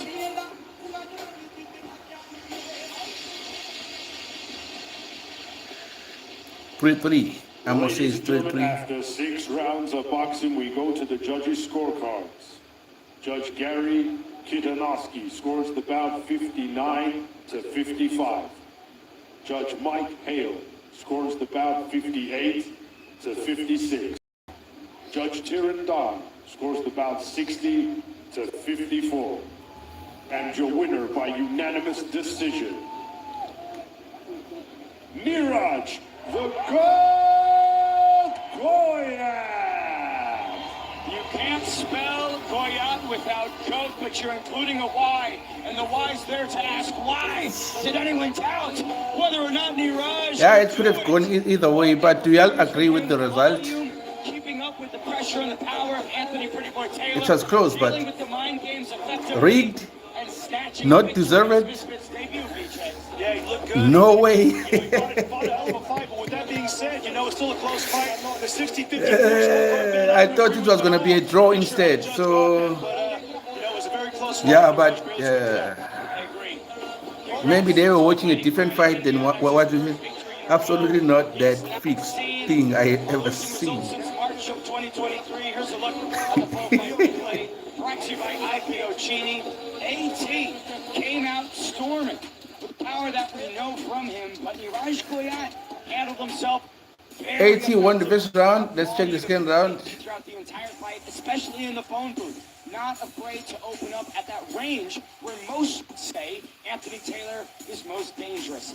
Hey, that part, maybe he won because of that part. They were so impressed with that they give him a win. In this Misfits versus MVP match. Prash Walla Roland. I'm sure you are Indian, bro. Big W. Yeah, I'm sure you're an Indian. Sipo, you are my inspiration. All right, thanks, Perko. Thanks, Perko. Appreciate the compliment, man. Efficiently, and I would say puzzling Anthony Taylor. That shit is fixed. Paralyzed the pretty boy. I think it gets everybody irritated, but Praj is very, very happy. I'm sure all the Indians are happy. Chitrat, come on, bro, didn't even watch. All right. It's a draw. How the fuck you won? It's Wade Lemons. That's what happens with these fights. That's what happens. That's what happens. So. But what a fight we just saw. Thought it was a little closer than the scorecard revealed, but I did think a great performance from Niraj Goyat. BJ, talk to me about what you saw. I thought Niraj looked really good. Obviously, he has a nice amateur background. He's got the pedigree and the type of credentials to perform like he did. I heard a 60-54 scorecard, Wade. I'm not sure what that was. That means 6 rounds to 0 in favor of Niraj. I had it maybe 4-2 Niraj, maybe 3-3 as the draw. I'd like to see the rematch. Riley, what do you think? Fundamentally, it comes down to the experience. All homies love you, people. Thank you, Pergo. I love your homies too. All your homies.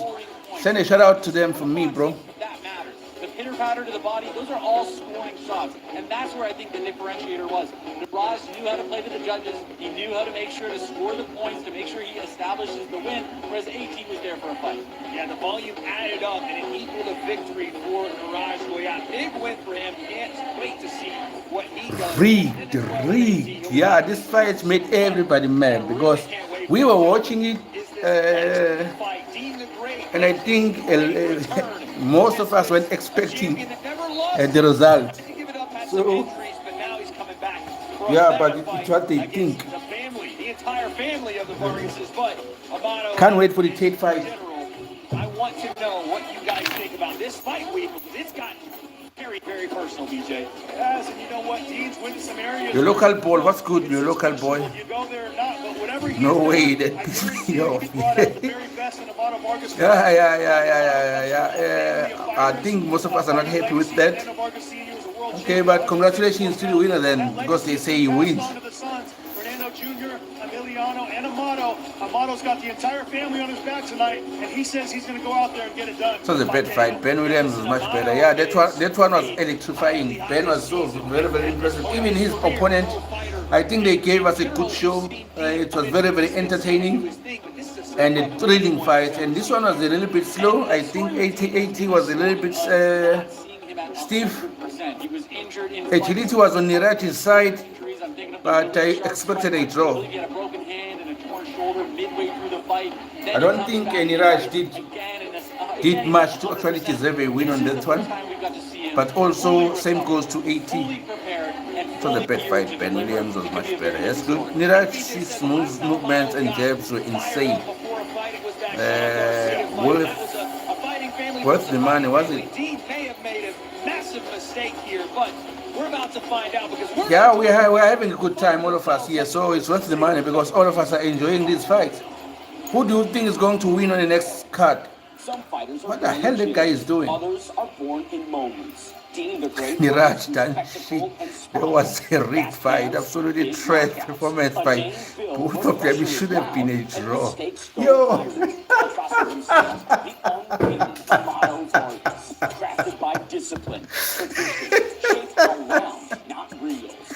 Okay, I need to read that again because it's so funny. Niraj done shit. That was a rigged fight. Absolute trash performance by both of them. Should have been a draw. That was funny, man. He boxed Steve though. Yeah, AT did box Steve. 2 more fights here. It's this fight and then Tate. I think 2 more before Tate. I don't know. Don't go Amaru. anywhere because this next matchup Who you got? Dean? Here's the tail of the tape for this Who boxed Steve? AT was a little stiff, bro. Both fighters 25 years young. Amarto Vargas. Vargas 2 inches taller. Dean the Great. Dino Amarto. What y'all saying? We all here for the Cobra. So calm down, lads. Okay. Ladies Ladies and gentlemen, now it's time for our next bout of the evening. Schedule 6 3-minute rounds in the Misfits. Hey, feeling this one is good. Yeah, I wish this one is gonna be better than the previous one. Previous one was a little bit slow, but it was good. It was decent, but it could have been better. How come there's 43 of you all here and there's only 10 likes? Into Dubai and looks to shut up Dean the Great once and for all, BJ. Do y'all think that's fair? I'll be right. There's 42 of you all, there's only 10 likes. Amardo Vargas, the GOAT. Is he your homeboy? I thought LT80 would absolutely destroy him, but I don't know how they given. He went to Iraq. I cannot get over it.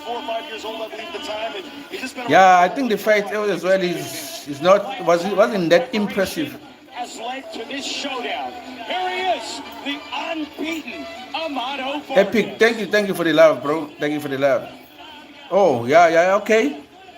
At least we have you, bro. Which country are you from? Welcome his opponent to the ring, Dean the Great. I just wish they don't rob Dean. He's not just good. He's Amardo Vargas looks good. Been here since day one at the very first X Series card in 2022. Okay, the 6th hand is Amardo. He has just been lighting the scene and lighting the lightweights on fire. Amardo Vargas is homie. So He's got some incredible skills, some timing. We saw it on the guys, show some love for Sipo. No one else is streaming live. Is it only I who's streaming these fights? Yeah, thanks for encouraging the guys to show some love. There's only 15 likes and there's 40 of y'all. So the match is not smithing there, it's not balancing. Didi, what? Why the hell is this guy coming with a Didi song?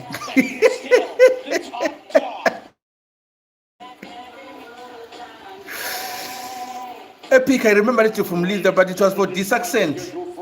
The question was for this accent because Amado is his homeline. The guy came in with a Didi song.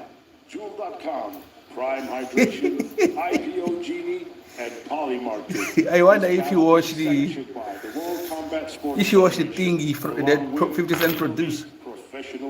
Fight's gonna be better than the Ted watch. Okay, let's see. Someone's got love for his homeboy. The entire event is so commercialized. The fighters, the sponsorship, the platform, everyone involved is making millions. Why Ted talk about escaping the matrix, yet his wealth comes from it every day? How? I think Andrew Tate is just he's found a niche for his content. I think that's all that he does. You don't want to listen to everything that he says, but some of the things may help you. Those same people are pressured into buying $62,200 tickets, funding lifestyle of penthouse and supercars while being told they are awake. It feels like freedom and more like a world. Yeah, I don't think we should. I think when it comes to entertain, we should listen to what actually works for us, because most of the things that he speaks about sometimes are irrelevant to me. Jesus is with Andrew Tate. Okay, we have a supporter of Tate here. Dean or Amardo? What do you say, Dean or Amardo? Introducing Dean the Great. Yeah, this thing is very expensive. I saw it when I was buying this. When I'm buying the thing here, but yeah, I think it's worth it because we are all enjoying it. So if I bought it, then there's 40 of us watching. I think it's worth it. George, chocolate milking, third man inside. But if I were to view it alone, I wouldn't have bought it. Dean the Great, Amardo. Okay, we split into two. There are those that are saying Amardo. There are those that say Dean the Great. What's your thoughts on Jake Paul versus Anthony Joshua? Emo, He still got it, Riley. Gents, I am waiting for a knockout. I mentioned what? Are they wrestling or what? I'll give you my point on AJ and Jake Paul Emo. During the break. Coming right out, not giving Dean any space. That's exactly what he's got to do if he wants to. Damn. Put Dean in a bad spot. Dean's pressure, I'm telling you right now. It's a different. Do they hate each other that much? Pressure. Amato not respecting the clinch at all. He kept firing away. Most of the shots were to the back of the head, if we're being honest, but Tate versus a woman. That's funny, bro. Is a 13-0 pro. This is not an influencer. This is not someone that just picked up boxing. He's lived within it, Riley. this is also a 6-round fight. And Amato Vargas right now is coming out guns. Are they hit? Do these guys hate each other? Empty the gas tank too early. I think Dean's very unsettled right here with this pressure from Amato Vargas. He's getting pushed. Why are they wrestling? We need a fight, not a wrestling. We've not seen Dean the Great Misfits since August 2024. He had a partially torn labrum, now recovered from that. But this is his toughest test to date, BJ. Amato's giving him no chance to box and get his range, so he's kind of coming forward. Good right. Bam. Amato with a huge right hand there from Dean. Bam. Lands clean. You got caught with that one. Dean the Great has unquestionable power. It's put down. Okay, this one is definitely better than the previous one. Relaxed and calm demeanor on the face of Dean the Great here.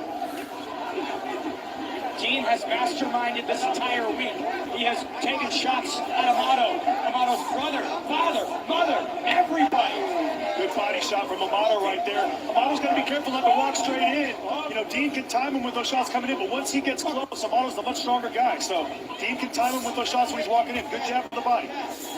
Bit of conflict in the corner of Amato Vargas right now. There's a ton of energy, and they're trying to calm their fighter down. Having to calm down the coaches as well. This is where Amato wants to get Dean on Good the two inside body shots. and rough him up against those ropes with those body shots. This is an emotional affair for AFB Amato Vargas. George Milkey has his work cut out for him. Talk fake coming in. We were saying it all week. This isn't just fluff. These two guys have absolute disdain for each other. They like to hug. Why they like hugging?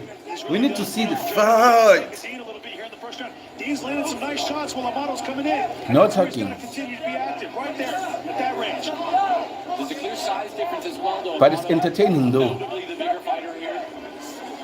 Good left jab from Amato. Good right hand from Amato. So Dean can't sit there in the middle. He's got to continue to move left and right, set the jab, and land the right hand from range. Final 10 seconds of round number one. Amato stings with a stiff jab. In the southpaw stance, more good work. Good right hand from Dean. Dean's eating him up when he comes in with those big looping shots to the body. Dean gets some good counters in. Good first round. Dean does good fight, though, either way. Amato really pressed the issue in that first round. I think it's 9 Amato based on the activity. Okay, I think there's someone who asked me about JK and AJ fight. I think Jake Paul surprised a lot of people. Everyone thought Jake Paul was going to get knocked out between the second and the fourth round, but he held his own until the sixth round. That was very, very impressive for me. Though they broke his jaw in the sixth round, but I think for him to make it to the sixth round, that was very, very impressive. And I think that actually was a big motivator for the rest of the YouTubers 10 boxing, that they can actually make a career out of boxing, though they were not initially boxers. But yeah, I was impressed with what Jake Paul did there. I was really, really impressed. Not everybody want to go into the ring with Anthony Joshua. Even the heavyweight pro boxers, they think twice when they have to fight to Anthony Joshua. So for Jake Paul to go there and actually stand for 6 rounds, I think I was impressed. Very, very impressed. Leave the fact that he was hacking also. The fact that he was there for 6 rounds, I think I was impressed with that. So he's a beacon of hope for many YouTubers. Dean is much better than the other person. I forgot you were live. Oh, sorry, Lily. Sorry, Lily. We were playing earlier Roblox with the gents, but you weren't there. I think you were busy. After this fight, pineapple juice. After this fight, I think it's Tate and Chase them more. Dean's trying to find But this one is entertaining. These guys are really fighting. I love them.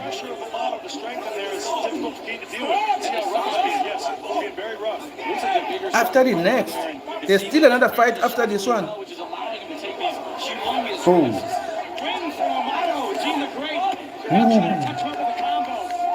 Hey, that uppercut, if it's connected. Yeah, this is a good fight. It's just that they like to hug sometimes. Fighting like a man scored. Fighting like a man trying to protect the dynasty, right? But he's not out of time. He's got tons of time left to work, and he's got the whole day. Yeah, exactly. Early in the second round. Tony and Warren, okay, there's still a fight before Tate, okay. That means we're still gonna be here for probably another hour. He's feeling his shot. That one, 2 legs clean. Amato pushing away and seeing the right. 10 clinches up. 1 minute 15 remains in round number 2, Riley. I'm telling you right now, and Amato's just kind of getting started right now. He's, takes him a while to get going. And on the Sean Garcia fight, the first 2 rounds, he was a little slower, but the last 4 rounds, he really turned it on. So he's going to have to dig down here. Good body shot. People have to remember, too, this is a 13-0 pro. He's conditioned. He's got the cardio. He knows how to manage his efficiency. Those so many Anthony Joshua brutal punches thrown on Jake, and Jake took it like a champ, and so many of those punches should have knocked out so many heavyweights. That's correct, bro. That's correct. That's why I said I was very, very impressed with what Jake did there. So, yeah, he kept crawling. It's Anthony Joshua, bro. It's Anthony Joshua. Most heavyweights fear Anthony Joshua. They don't want to go to in the ring with Anthony Joshua. So, I think I was impressed with Jake Paul. Amato kind of fell forward. I don't think he was hurt by any means, but he clearly felt it, that's for sure. Why is he kneeling now? Deep breaths. If Woods could kill, Dean would be gone, right? He was pulling faces while getting the jaw broken. You gotta respect him. Yeah, you need to respect Jake Paul. After that fight, yeah, I think we need to respect him.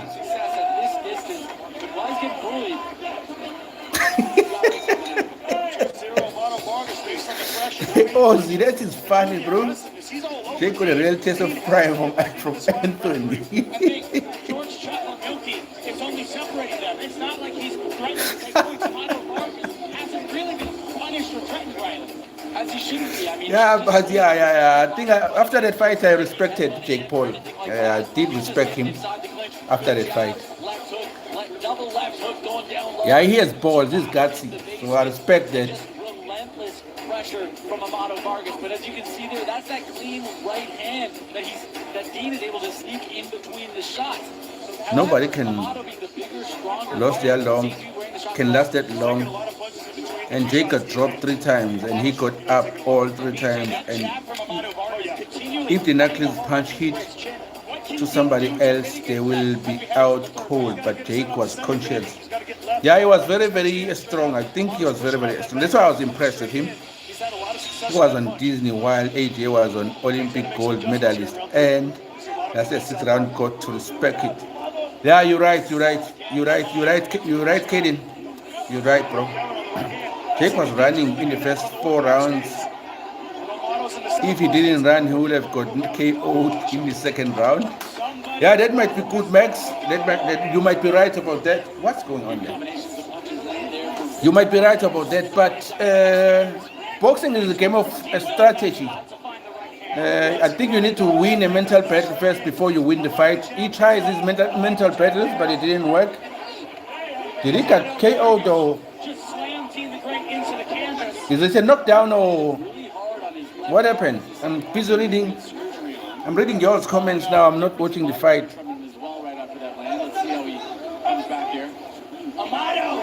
Marshall, what's good, Marshall? I never knew it was a boxing live. I thought it was rugby. No, it's boxing, bro. It's boxing 6, I mean. How many rounds? This is 3rd round for 6 rounds. If you mean Jake lasted 6 rounds out of 8. Disney got drinking colorful balls. Disney got drinking colorful balls. His agenda is clear. But if he lasted that, a win. So no one even believed he'd win. But taking it to the final bell would have been a win for Jake. Yeah. That's why AJ on the 5th and 6th round, you could see that he was serious. He wanted to end the fight, and he did. Yeah, but big up to Jake Paul. I think he held his own. We need to respect that. types of moves up on him. Of course. Yeah, Amato swinging to... Still is a win for Jake. They made like 8 digits. Yeah, each. Yeah, that's a lot of money. Prediction is 1K until Tate's fight begins. He's really coming.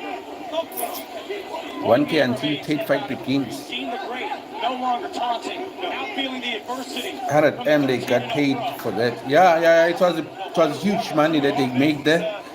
That broken jaw, they're gonna fix it, and then he's set, bro. And I think he's gonna come back and fight again. But I think the motivation. Oh. From Vargas, Dean the Great responds.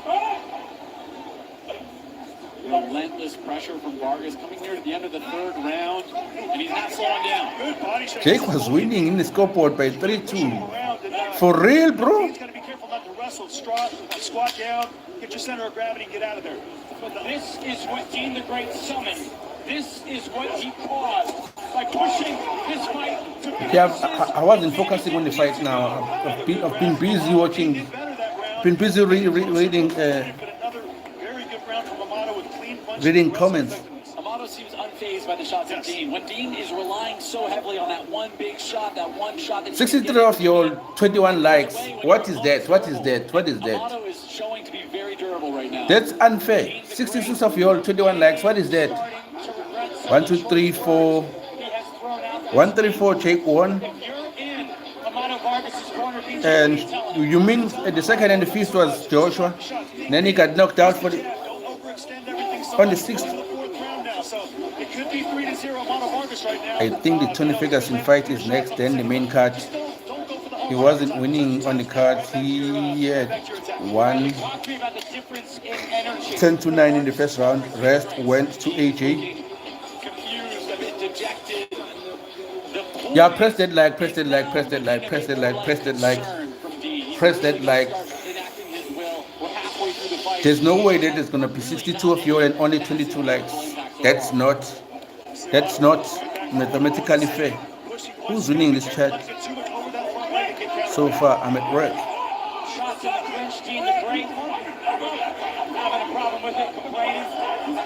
I'm hoping you said who's winning this fight. I haven't been watching the fight. I've been actually reading y'all's comments. And the fact that you are not liking this live, you're just watching, but at least some of y'all are communicating.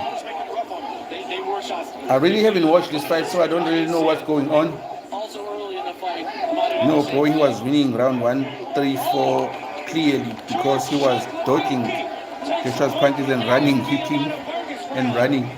Yeah, he was running. He was doing a lot of running and hacking,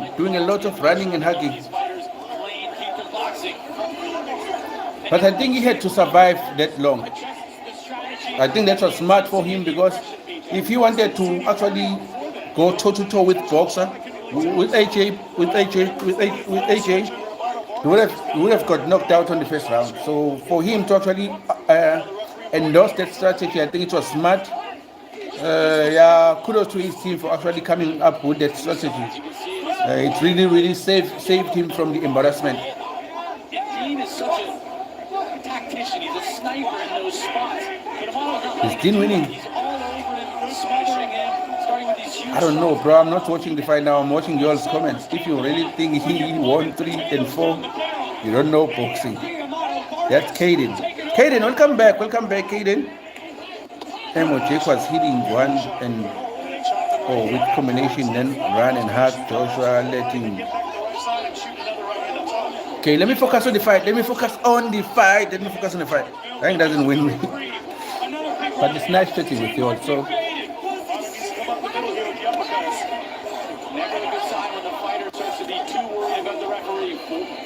Looks like Dean is gonna lose the fight. Is he winning? Y'all been watching. I ain't been watching. Running doesn't win rounds. Hitting punches does. And AJ landed more. Jake done well to go to 6 rounds, but only won 1 round. very impressive conditioning and cardio from him. This is what we talked about. I rewatched the Sean Garcia fight a few days ago, and I saw relentless pressure from Amato Vargas. Okay, do y'all see what I see? Is Dean closing his eyes when the punch are coming his way? Is he closing his eyes when the punches are coming his way? That's Dean. Dean the Great, Marcos. Sir. Amato's starting to land. Yeah, he's done. He's done. He's done. They should stop the fight. He's done. Close eye on Dean here. Dean with a nice pull counter, but he's up against the He's ropes. done. He's done. He's done.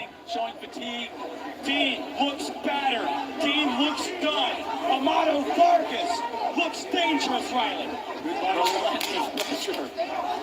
Do y'all think he can come back? It's a different kind of pressure with these Vargas boys. I see him closing his eyes instead of blocking these punches.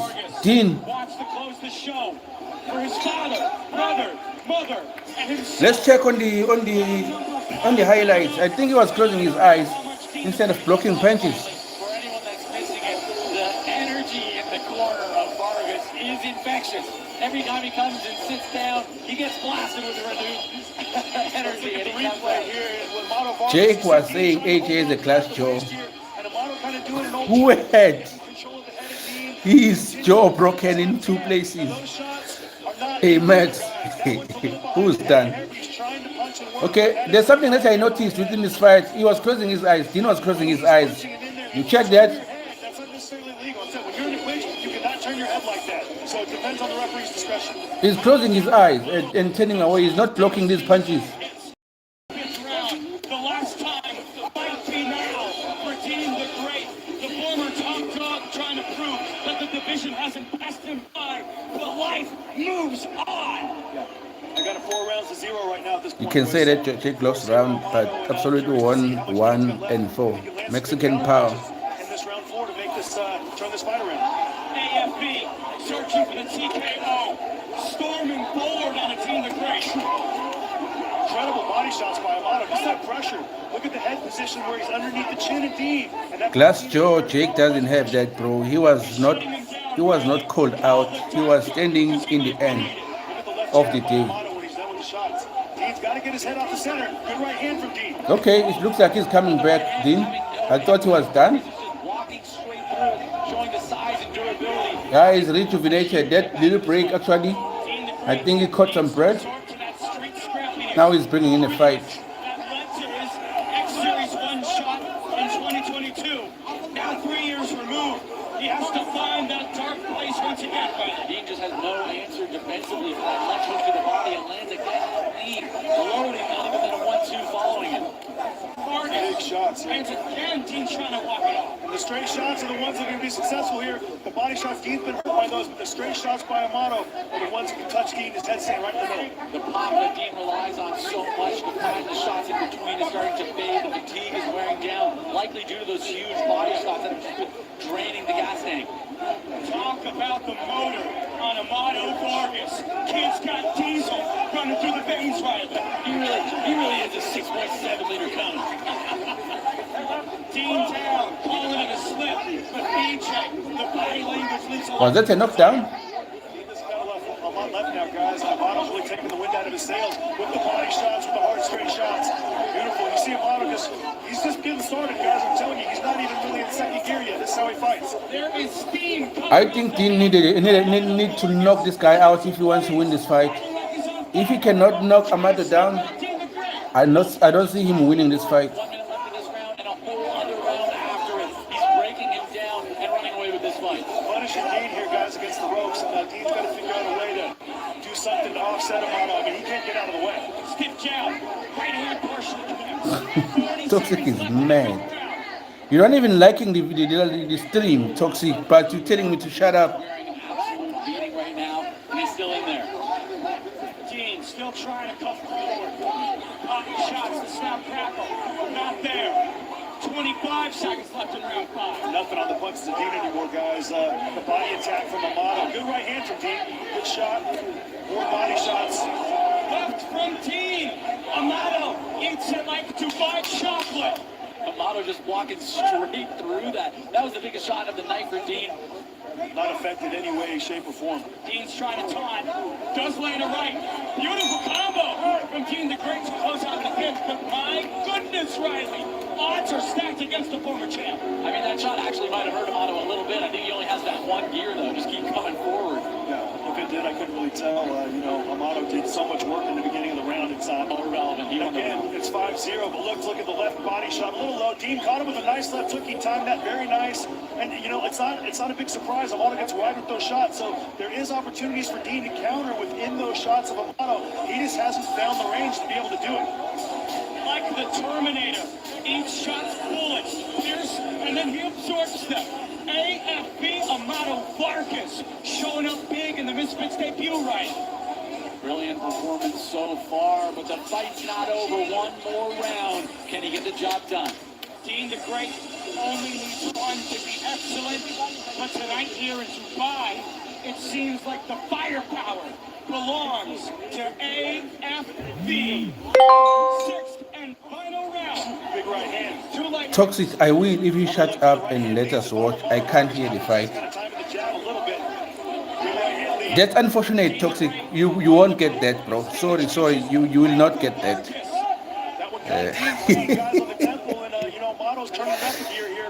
You won't get that, bro. Sorry, bro. If you are not happy that I'm talking, you are free to watch another stream, bro. Dean's trying to time it, and it's just not working anymore. The fatigue's developed too much. He's just not fast enough to time that right hand. Instead, he's getting hit clean. Good body shot from Dean. He's not strong enough to hold Amato in there. He's landing those right hands behind on the ear. Dean the Great has bitten off more than he can chew. He has torn through, chopped through contenders in the past. He is suffocating under this pressure from Vargas. And hello, thank you for the compliment. Thank you. Well, I think Amato is winning this fight. The bigger fighter, he's just the grittier fighter so far. Big right hand from Amato again. You know, Dean had a second. He had about 30 seconds there. He was timing Amato in between shots, but the pressure. If Dean wanna win it, a knockout. And it's got to be, BJ, it's got to be so disheartening to finally land the big shot, finally get the shot, and your opponent just shrugs it off and comes back with more. Yeah, he's not affected by the Dean offense at all. 90 seconds to go. The unbeaten record of Dean the Great. Toxic Venom is toxic and venomous, like his name. Toxic Venom. I think I got him all 6 rounds so far, but Dean's shown an incredible amount of heart. Stop motion, what's good? Continue to box, but Amato's just too much, too often. Level difference on display. Okay, I'll be right back in a few minutes. It seemed at one point in time, rather, like Dean the Great Behave yourself while I'm gone. victorious, but tonight firmly a step behind. It's just been too much from Amato Vargas, just too much skill, too much forward aggression, but also too much conditioning. I mean, the cardio and preparation on display from Amato Vargas, it cannot be over-exaggerated. The amount of effort it takes to apply this much pressure is unbelievable. He's trying to showboat there. He's trying to hump him or something when he behind him. So referee rightly didn't take a point there, but here, Amato's really continuing to step on the gas. He's shooting power shots all the way to the end, trying to prove a point. Both guys still jawing at each other. 6 rounds, nice jab from Dean. Vargas though, wanting to cook him in the trenches. I mean, one jab from Dean and about 74 punches responded from Vargas. And the Vargas family's not happy without that knockout, so they wanted to punish Dean, and I think they got the job done tonight, Ben. Dean the Great survives, but tonight belongs to Dean! Right at the end! Too little, too late. Yep.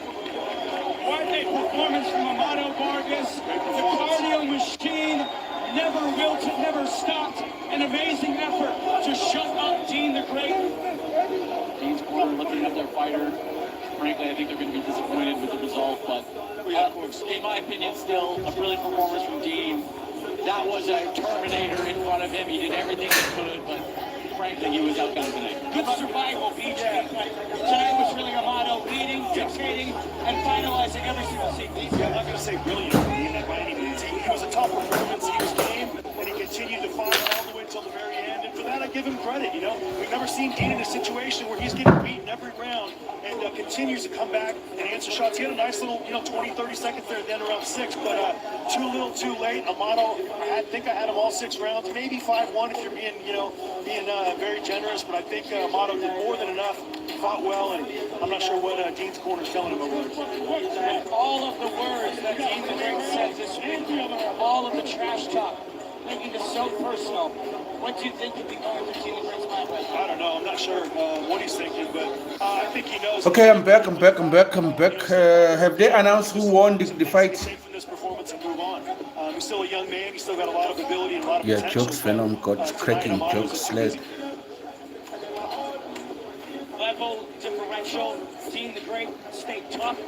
Kept Who trying. won? Score team. Super thanks for buying it for us. There's 66 views. Okay, I think everyone should actually thank Leon. It is Leon who actually encouraged me to buy the card. I wasn't planning to, but Leon said he wanted to watch his homeboy Ben, and Ben actually won. That should be actually something for Leon.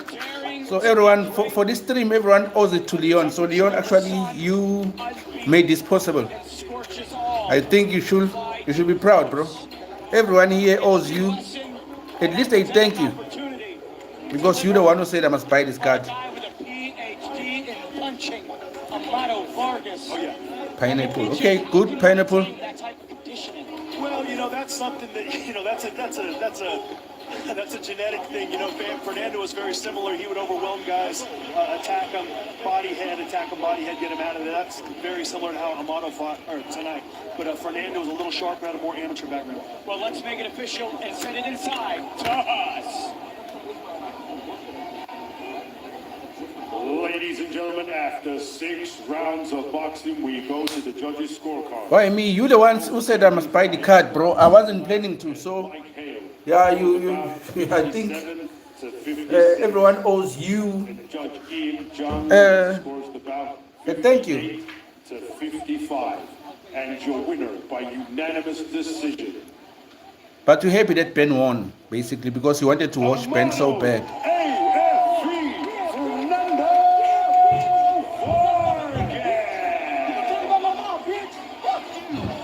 Shout out to the Mexicans. Is Amardo from Mexico? He looks like a Mexican. Team the Great made this one incredibly toxic. Amato Vargas made him pay for it. I'm unsure why Team the Great is confused by that result. There's one more fight before Tate. I think Tate sold your mama. Understand that this was a thoroughly sound defeat for Team the Great. Toxic. Spreading venom, bro. And now Amato Vargas Sold whose mama? Not next, but after. Yeah, there's a fight, then Tate afterwards. Incredibly intense week so far. How does it feel to get the victory? First off, I want to Okay, thank Toxic, if you continue to spouting nonsense, bro, I will take you out. I want to thank Nance from Misfits for putting me on this show. I worked really hard, and at the end of the day, look, this is about respect.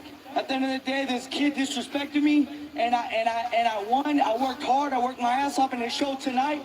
And I just want to say, rest in peace, Sofia Maria de la Rosa. This fuck was for you, mama. We love you. And just thank you for everybody that tuned in for this. Okay, I'll do exactly that. Baby, let's go. Obviously, that's a great victory against one of the former champs here in Misfits. What's next for you? Man, whatever my man Charles thinks is best for me. I'm ready to get back in the ring. I worked hard. I want to continue to keep growing as a fighter. There's still a lot of things that I got to work on, but I'm glad that my hand was raised. And on to the next one. Ladies and gentlemen, your winner, Amato Vargas.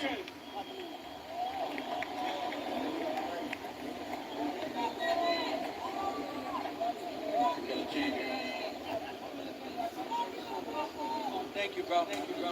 Fox, is this next? Yeah, I would love to fight you next, brother. I earned this title recently. You're an amazing challenger, and I would love to defend this title against you. I like you show your shows, man. Respect to you. And, there's other people that are clowns in the sport.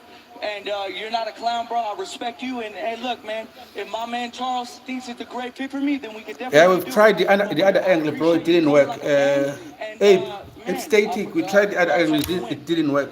What's Charles think? Can we make it happen? Charles, Can we make it happen? we can always make it happen. That's right. Ladies and gentlemen, you heard it here.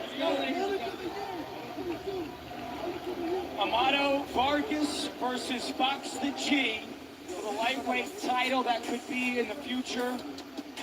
Quite like Dean the Great Fox the G, been unblemished, has looked perfect, but could maybe find that same fate because Amato is just a beast on a whole other level. But Fox the G has never let anyone down before. Here's a look at some of the That one replays. guy Amato finally Vargas didn't just shut up.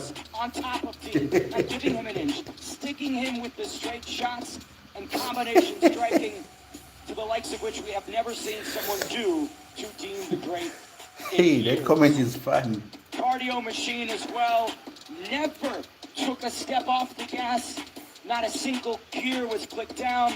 Dean the Great tried to trade. Dean the Great tried to snipe and find the right hand, but even when he landed it, it simply had no effect on the still unbeaten AFV, Amato Vargas.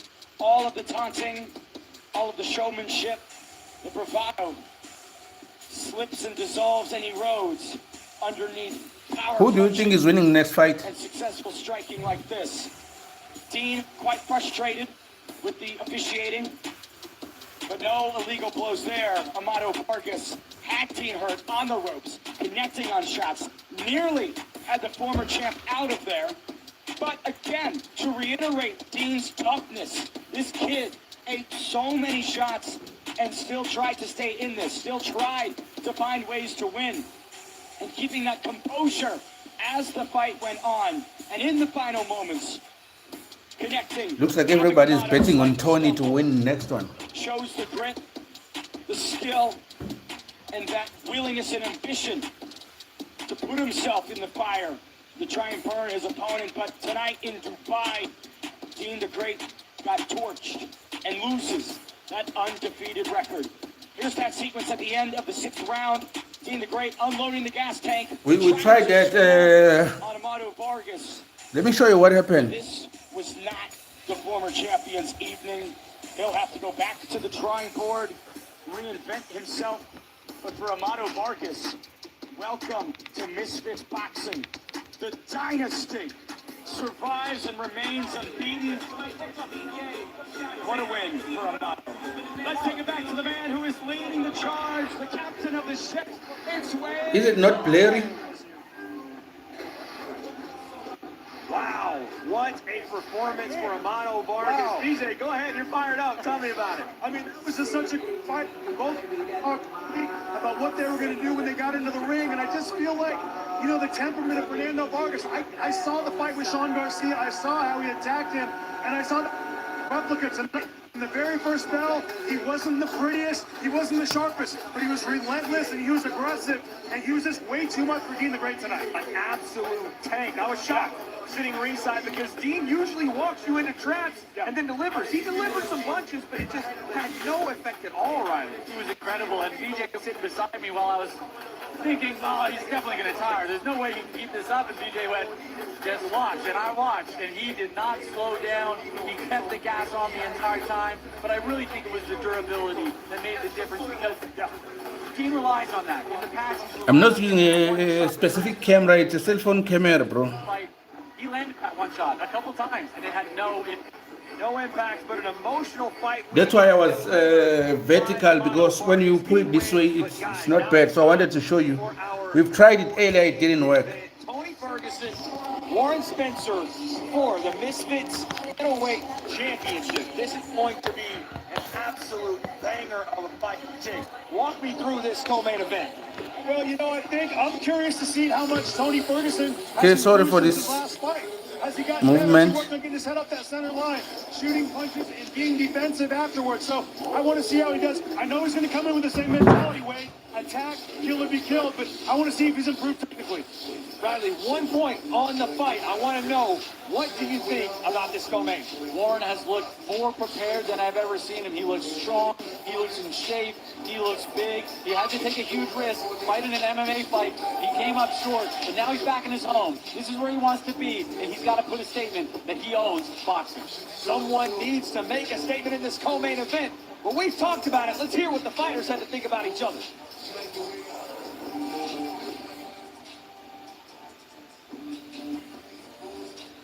Time spares no one, but some refuse to slow down.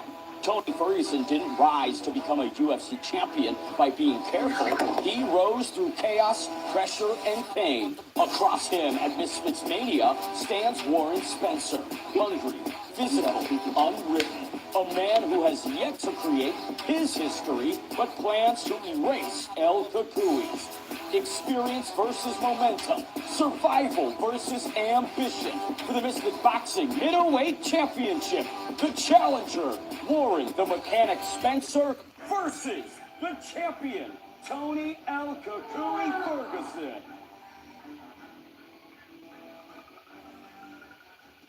Ladies and gentlemen, this is a big one.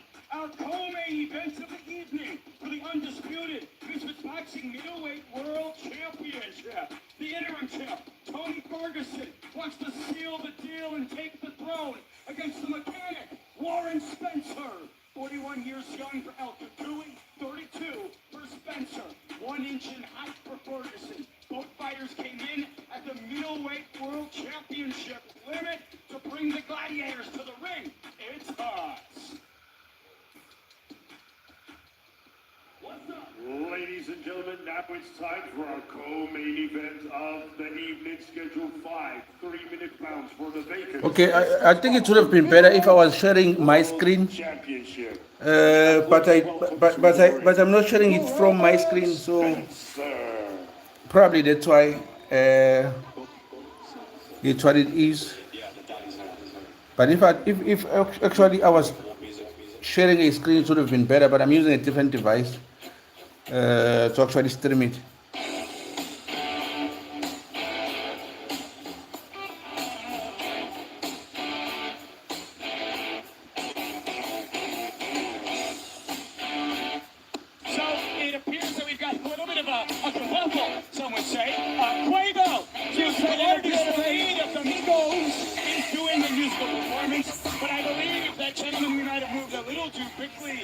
To that performance. I'm not sure what's going on, Ben. Well, he's just itching to be part of it. Listen, I get why Quavo's excited. It's Misfits Mania. It's the fight before Christmas. We got Quavo on the building, baby. Let's roll. Okay. So, before we take into Tony Ferguson and Warren Spencer, we will be having Hey, broke niggas dance to the left. My rich niggas dance to the right. La mama ziggy looking at it. Oh, fight night. Hit it with the left. Hit it with the right. I'm gonna let my pussy out. Fight night. Hit it with the left. Hit it with the right. I'm gonna let my pussy out. Fight night. Me, don't it set up on the straight. On the fire everywhere. I gotta break the resume. Like a crazy, I pull up on the line on the. I had to legislate, talking like a fire. Let's go. You know, young rich niggas. You know, so we really never had no old one. Quavo, let's roll. Got a whole lot of new one though. Yeah. 1, 2, 3, go! Raindrop, drop top, smoking your cook in the hot bar. Fucking on your bitch, yeah, cooking the dope in the crock pot. We came from heaven to something new. I don't try nobody green trigger, but all of the niggas, they come in. I mean, you're really with my shit.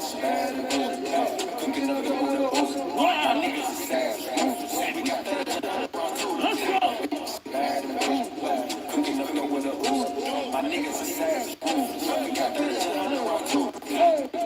All day. Records on records, got records on records, I'm running the cool. I think you'll be right from you. It's my dog. We get the whole wall. Talking to the wall. I said, I'm gonna come from here.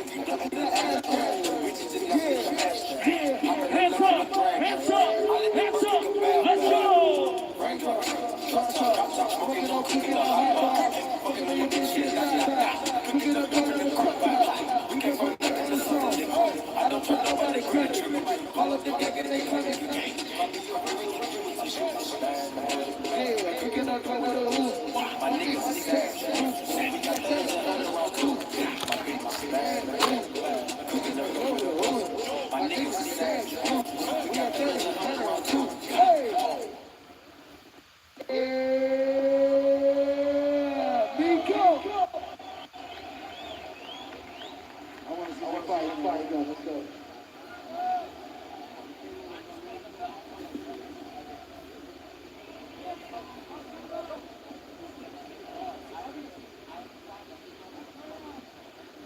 Quavius Keate Marshall, otherwise known as Quavo, here in Dubai, giving us a special effort ahead of the co-main event, lighting up the evening, as they would say, a gift, a present before Christmas, PJ Flores. It was, you know, a little gift, a little performance for Christmas. Ben, I used to listen to some of those songs, and you know, it was good. You're a young man, PJ. I'm not shocked that it's within your repertoire. Yeah, no, I will say, like all great presents, a total surprise. You know, you never know when Saint Nick comes down the chimney. You never know when Quavo is going to come storming through the walk ramp, as they would say. Right. Folks, welcome ringside here. We've got 2 bouts left. One of them for the Undisputed Middleweight Championship. The other, our main event, for the Heavyweight Throne, guys. It is 2:21 a.m. local time. Benjamin Davis alongside PJ Flores and Riley Osborne. You can't see him, but Wade Clemens is right there. Let's go. Well, look, you're not here for our ugly mugs. You're here for action, violence, and stoppages. So let's kick it back to our master of ceremonies, Pez. Ladies and gentlemen, now it's time for our co-main event of the evening. Scheduled 5 3-minute rounds for the vacant Misfits Boxing Middleweight World Championship. And now please welcome to the ring, Warren Spencer. Charles, wake up. Yeah, the dials are welcome. Can you bring more music?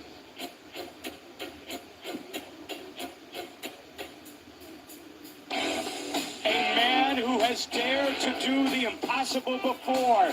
Blessed a completely new discipline. Opposite submission ace Dylan Dennis last time out. It didn't go his way as many expected, but it proved that Warren Spencer has grit, belief in himself, and otherworldly confidence, Riley Osborne.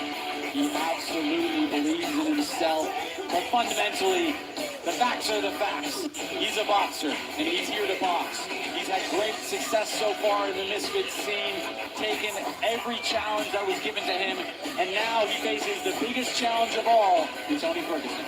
His journey began when he watched his father rebuild a motorbike that inspired him to follow the same path and work as a mechanic for 7 years.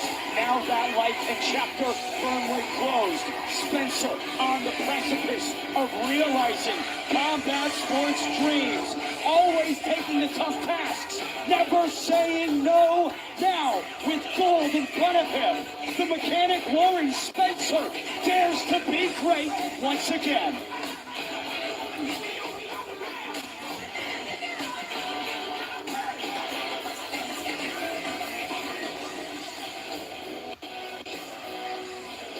And now, ladies and gentlemen, please welcome his opponent to the ring, Tony Ferguson.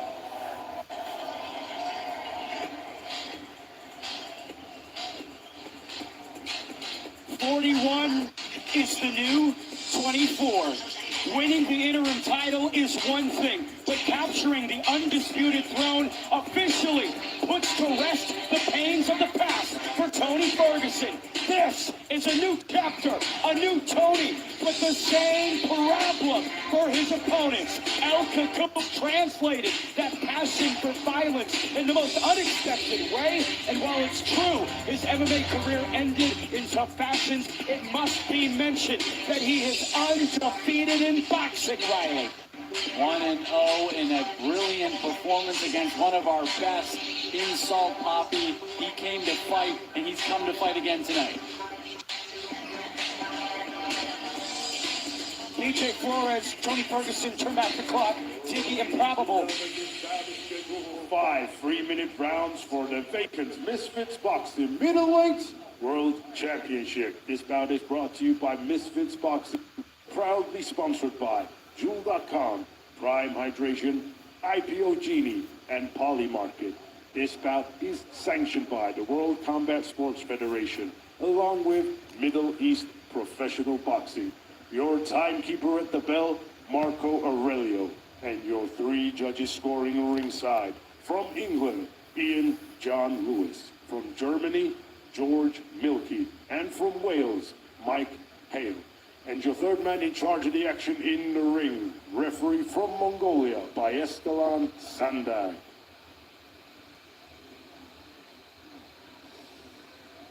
And now, ladies and gentlemen, introducing to you first, fighting out of the blue corner, he is wearing the gold trunks. His official weight of 164.9 pounds. He has a record of 4 fights, 1 loss, 3 wins, and 2 of those wins coming by way of knockout. Hailing from the Isle of Man, the legendary Super Saiyan, introducing Warren the Mechanic Spencer!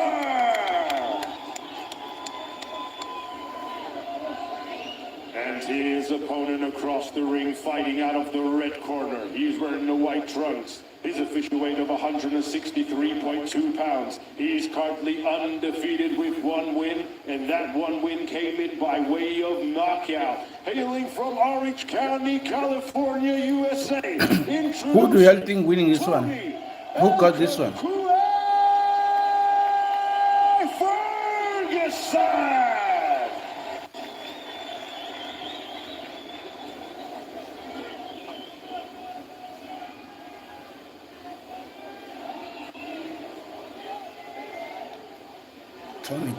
Tony. Look like Tony got some fans here.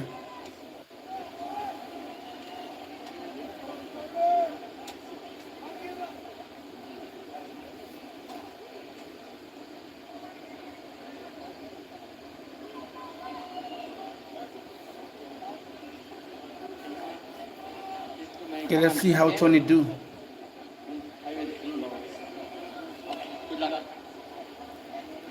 No, it's my first time watching Tony. I haven't seen him before. Undisputed middleweight world champion. Will it be El Cucuy, Tony Ferguson, or is tonight the night for the mechanic Warren Spencer to do the improbable? Round number 1 underway. Riley, Tony Ferguson surprised the world in August by taking out South Poppy, weathering the storm. He's a good? Okay, let's see. Yeah, South Poppy had some issues, though, and just wasn't able to get it done against him. Tony Ferguson with a nice, clean jab there. I sense a little bit of nervous energy from Warren Spencer here. I think he recognizes how big this moment is for him and what a big challenge he has in front of him. Whereas Tony Ferguson, he's a veteran. He's been here so many times before. He's so talented, good parry on the jab and fires back his own. Tony Ferguson is still Tony Ferguson. A kid from Oxnard, California, who dreamed of boxing, now performing on one of the biggest stages here in Dubai. And BJ, one thing we talked about with Tony Ferguson is his ability to punch during combos, intercept, interlace, and tip the chins of his opponents. Yeah, so far, I mean, in the beginning part of this first round, he's been leading everything, so he hasn't really been punching with Warren. He's been kind of just leading the charge here. So, you know, only round 1, we got 5 rounds to go. You see Tony's head off the center, kind of nice, kind of stalking forward. And if I'm Warren, I'm just going to continue to poke out the left jab, shoot shots, shoot some good, nice body shots, and keep moving and turning Tony. Stance switching from El Cucuy. Warren Spencer called boxing worthless. Good called it crap in the build-up to this. That brought the boogeyman back out.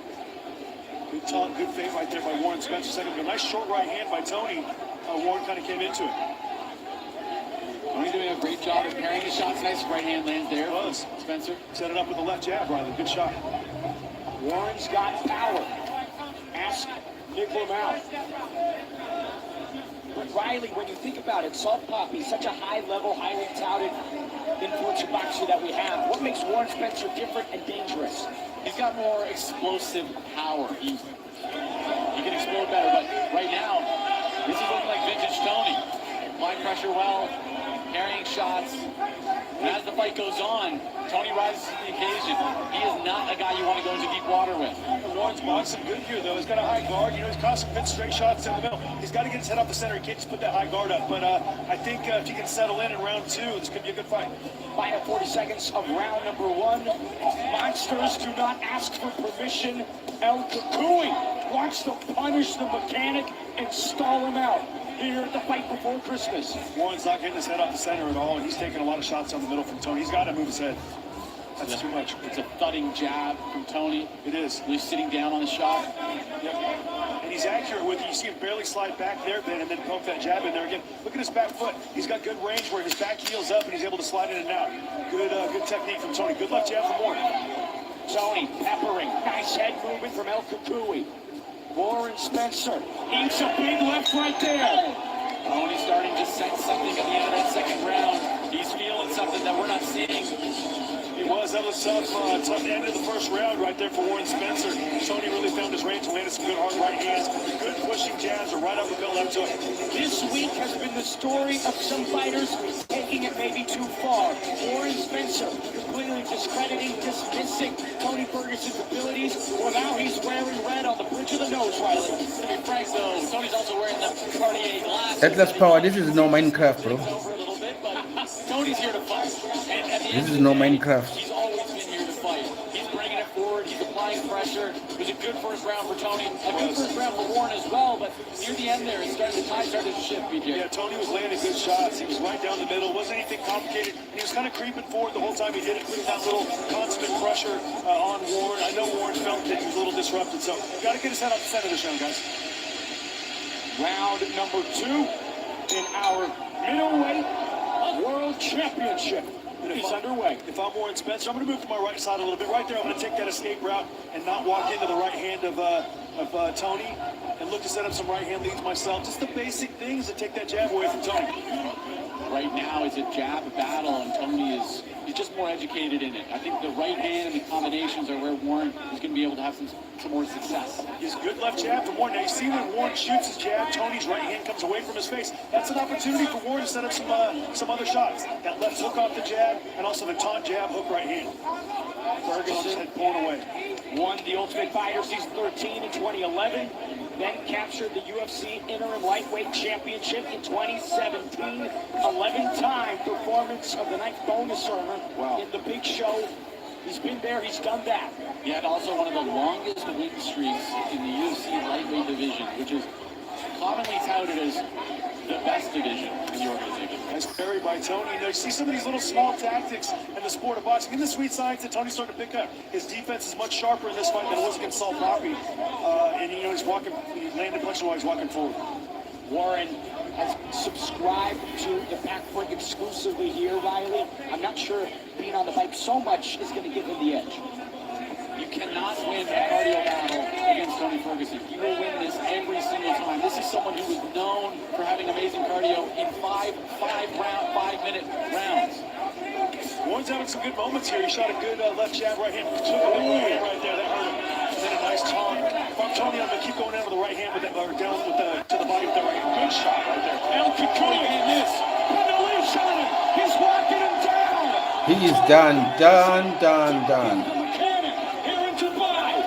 The mechanic talking to the ref, but Tony's hunting him down. This is the boogeyman. This is El Kukui. He don't want to fight no more.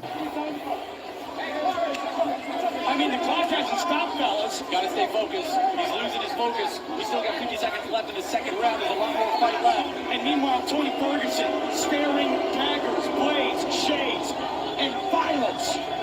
After this fight. Beautiful dig with the left hand. Spencer trying to throw back fire right. This is where he has to get some respect from Tony. He has to hurt him back. Now Ferguson on the offensive. Down goes Spencer. El Kukui letting him know. At PLTNJ, we've tried everything, bro. There's nothing I can do. I've tried everything possible. This is a new chapter for Tony Ferguson. The legend, the icon. Moments away from taking the undisputed throne. It's counted as a knockdown. This is his moment, Riley. Tony was talking to him while he was sitting down. He looked down on him and he said what I assume would be something along the lines of whose boxing is worthless now. Warren Spencer survives. He's frustrated with the officiating, but BJ Flores, he's letting this get into his head. Yeah, he is. Let's look at the replay there. It looked like Tony Tony caught him on the first knockdown over here. He caught him behind the head twice. That's what it looked like on the second knockdown. He definitely didn't, but he's got to clear his head right now and take a little time. Let's look here. You see a good straight right hand. That hurt Spencer a little bit there. He's definitely reeling, and then a nice right hand by Tony. Another follow-up left uppercut. That really hurt Warren there, too, with the shot with the straight run on the forehead. More straight shots from Tony Ferguson. Let's see that first knockdown. Let's take a peek at those shots behind the head. Not sure if I can say that was behind the head, BJ. Simmons was more on the side of the cranium. A legal blow for sure. That wasn't the one. I'm talking about the one over here. That was the second one. Either way, Tony Ferguson in the driver's seat. Finally, so many people have criticized this decision. They say, why is he doing this? Because he's beating people up. See if Warren Spencer can hit the clear button here and get back into this fight. Reset is needed for the mechanic. He's got to put some more gas in the engine. He's looking mentally dejected right now. At the end of the day, you're still in this fight. And you've still got El Kukui in front of you. Oh! Left hook from Tony!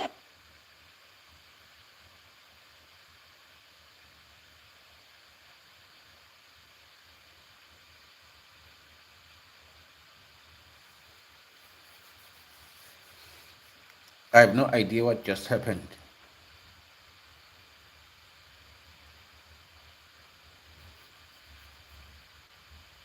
I truly have no idea what just happened.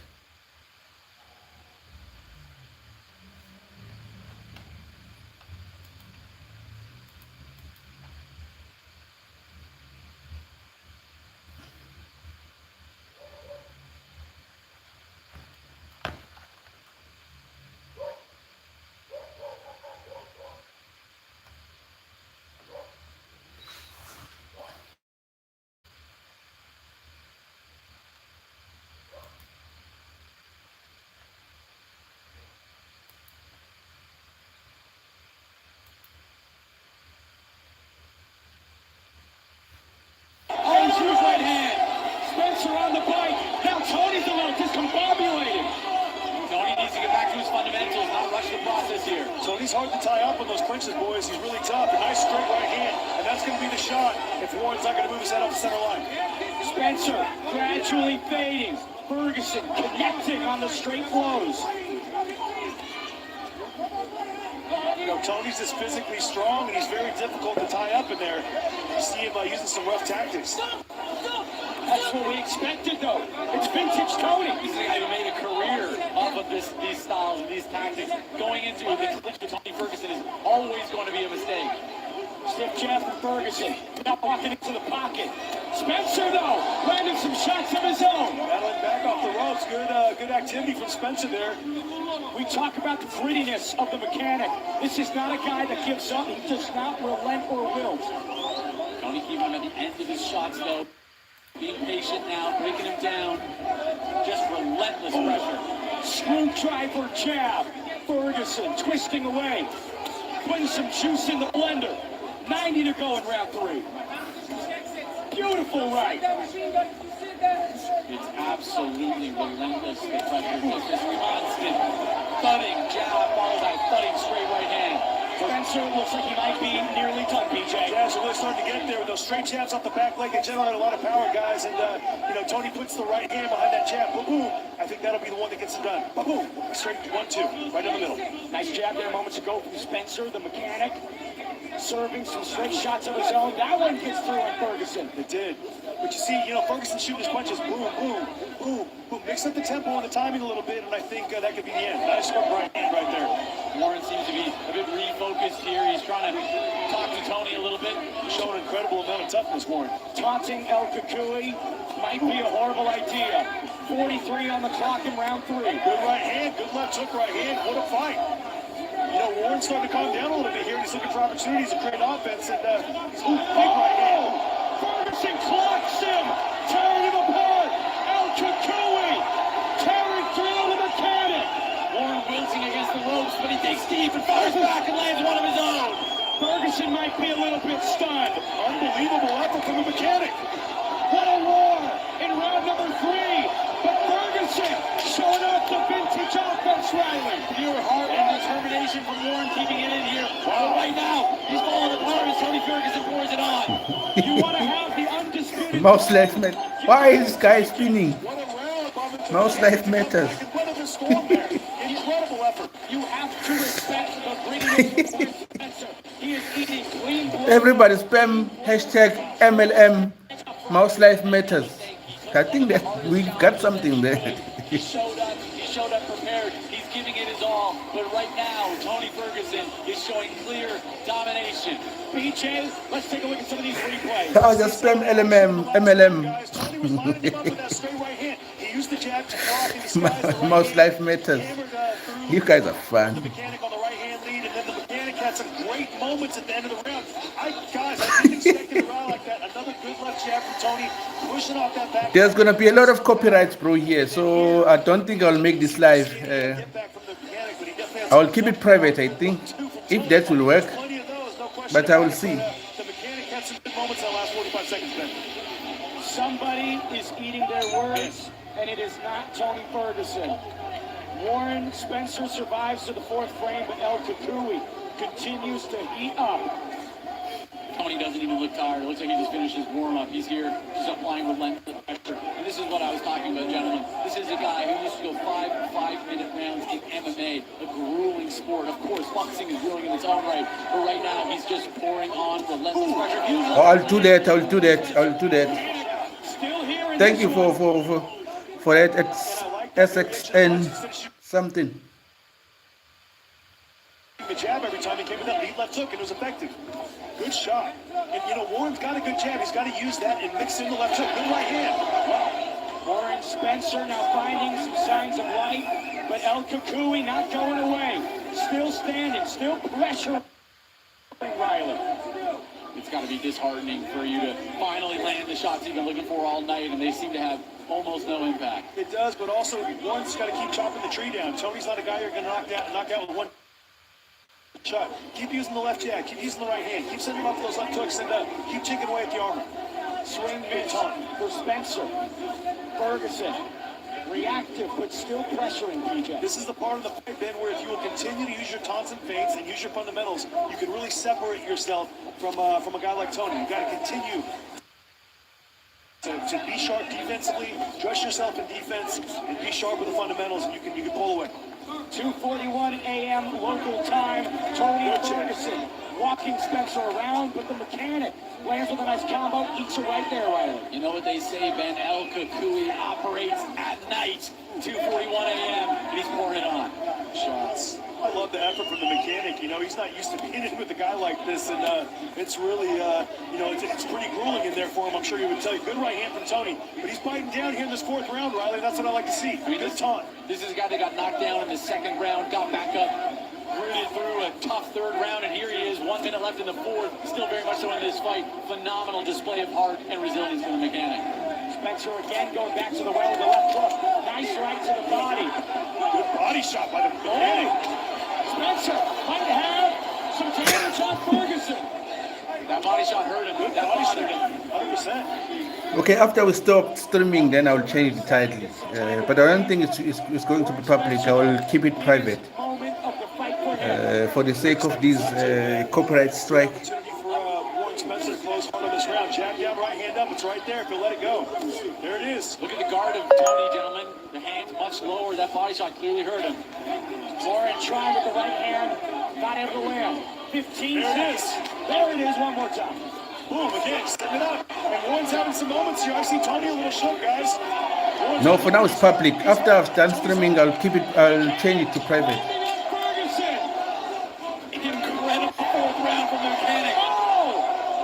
Spencer had Ferguson's legs locked. There's some music that they constantly play in the background. I think that's why I will get copyrighted. What a back and forth, Riley. What a fight from these two. Absolutely. And they are not streaming the fight themselves, so I don't think Tony Ferguson to realize a childhood. I don't think they will appreciate to see the fight actually being streamed because they didn't stream it themselves. So it's a risk with the channel. Time the right hand to Tony Ferguson and Warren Spencer timed it perfectly. Tony gets through the left jab there, but Warren follows him back with the right hand. Now, guys, Warren the mechanic got the attention, and he hurt Tony Ferguson in the end of round 4. He definitely had him on shaky legs, and it'll be interesting to see how he comes up in round 5. Really showing a lot of heart tonight, guys. Love to see it. There's one of the strikes from Spencer. That Ferguson reacting. Good movement from Ferguson here in this sequence, but kind of on autopilot right there, Riley. He had to dig deep. He was hurt. You saw the hands drop immediately after that body shot landed. But now he had a bit of time to recover. And Tony Ferguson is always one to come back. They're fired up in that corner. Yeah, maybe I will get those 1,000 plus viewers, but probably tomorrow I won't have a channel, bro. But let's see, we'll watch and see what happens. I'm hoping that we will watch the rest of the fight together. He's getting close on that right hand, guys. Spencer is coming alive, becoming more confident, but El Kagui still here.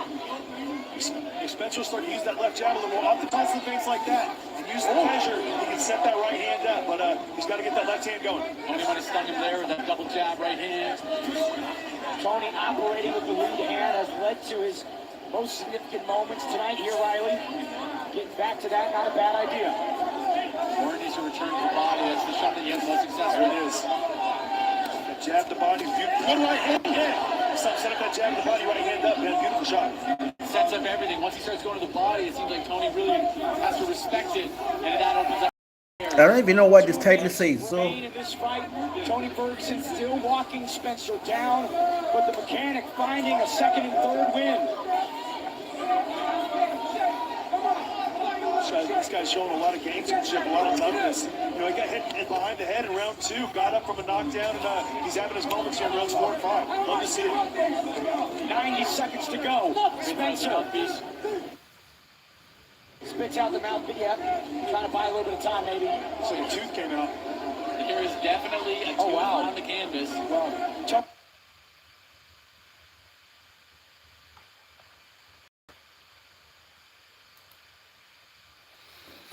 yo, Mouse Life Matters.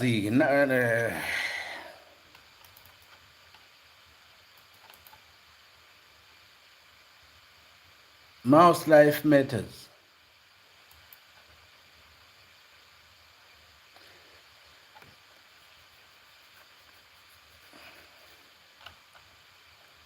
But there's something wrong with this rumble. This rumble is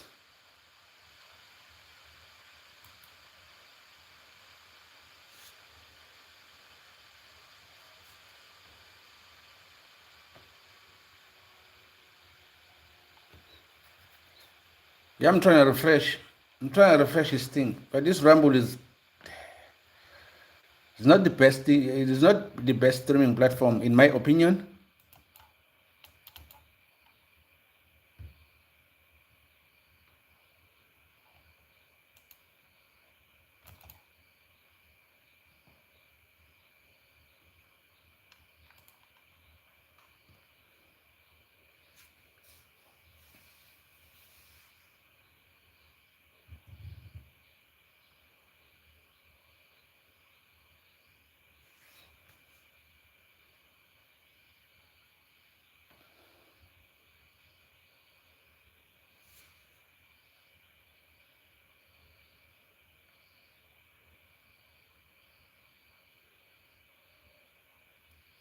Well, the problem is with their system, because the chat is moving here. So the problem is with their producers. Because you see, the chat is going. There's nothing wrong with my system.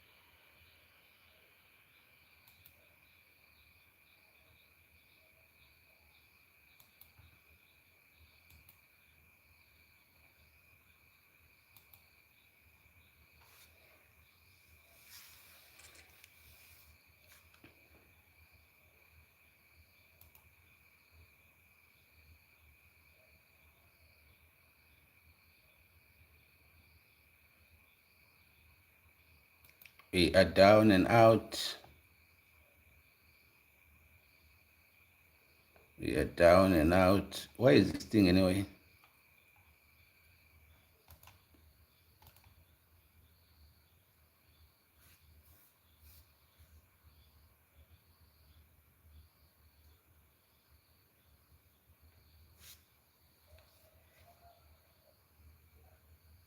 Yo, this is taking too much time now.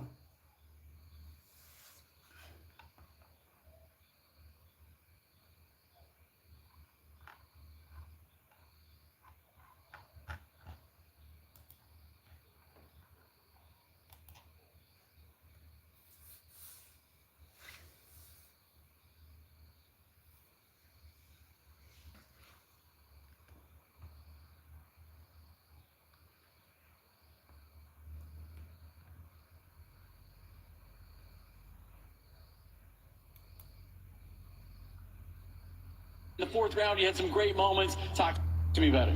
Hey, I want to say one thing. Are you not entertained?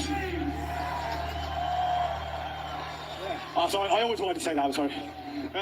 Bonus for both of us. Well earned, gentlemen. Tony, what's next for you? We're going to go out there. We're going to celebrate some Christmas. We're going to enjoy my sunglasses that this guy gave me. I'm going to look for a present for him. And we'll start it over next time when we'll talk it over with my TV family. I just want to say as well, you know, My life matters, bro. what I'm feeling right now, standing in the ring with this legend, being able to go toe-to-toe with a kid that I used to look up to and watch, that one day I could be as big as strong as him. I'm already fucking winning. I'm a winner. I don't care what any of you motherfuckers have to say. Who got up off the floor and carried on? I fucking love you, Tony. You made my dreams come true, Misfits. God bless Misfits. God bless Moms Taylor. Let's fucking go. I just want to say one thing. Thank you, God. Thank you, my family. Thank you to my team. Thank you, Misfits Boxing, for giving us the platform to be able to go out here and do what we love. And thank you for the award. I didn't get to say too much, but it means a shitload. And I want to thank everybody for fucking being here and making the trip. I hope you enjoy yourselves. Ladies and gentlemen, give it up one more time for these two warriors.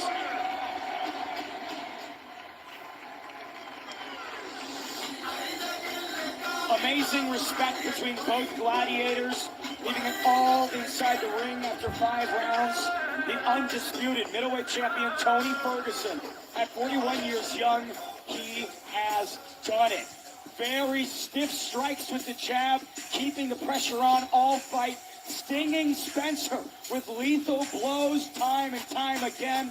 The mechanic knocked down, but never out. Always staying tough, even under this relentless adversity from Tony Ferguson, landing some strikes of his own. Let's not get it twisted. Warren Spencer had some comeback moments and great opportunities here, but man, El Kukui on a different level. The boogeyman finding home for lethal shots. The significance from Tony Ferguson in big 2025.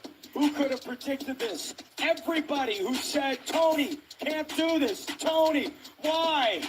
This is why. Because when El Kukui turns it on here in boxing against these Misfits rosters, he torches them. He takes them into the deep waters and he drowns them. But Spencer, able to swim, able to tread water for as long as he could.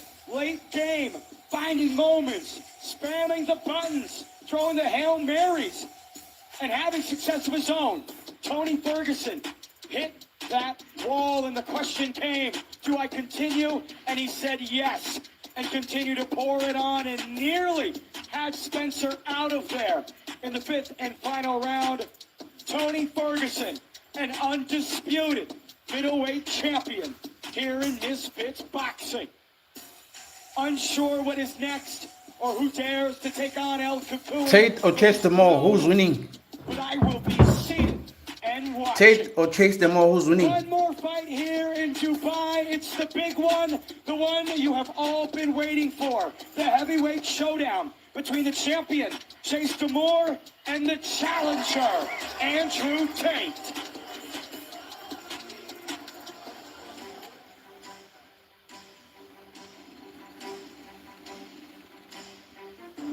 The day of reckoning is upon us. The heavyweight championship is on the line. Everybody says Tate, only Max says Chase. Gold in his boxing Yeah, this is very interesting. Or will the Matrix crack the code and continue his reign? He is the heavyweight champion. Subscription is $99.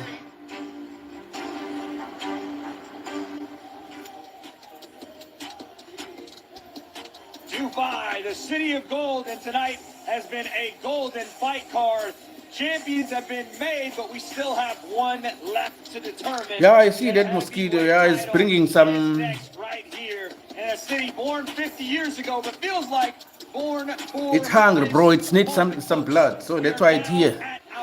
I got some blood. Probably when I sleep, it's gonna get some. And gentlemen, it's time to finally break down this main event once and for all. It's been a great fight card so far, but BJ, talk to me about why this is Andrew Tate's moment. Coming back, debuting on Misfits, and walking into a tough test for the heavyweight title. Well, you know, Andrew Tate is... Yeah, it's hungry. It needs some blood. So as soon as I sleep, it's gonna get some. And tonight, he's got an opportunity to show everybody in this auditorium and everybody around the world tuning in just how good the top G is. Look, he's got a lot of experience. He's got the type of... Well, the angle is not angling, bro. We tried and it didn't work. I'm very curious to see how he comes out in round number one against the very young and hard-punching Chase Lamore. You know, everybody might think this is Andrew Tate's fight. Yo, everyone subscribe to this session. I appreciate the subscribe. So if you guys subscribe, that will be very, very appreciated. He's African, guys. Chill out. Yeah, I'm from Africa. I'm from South Africa, basically.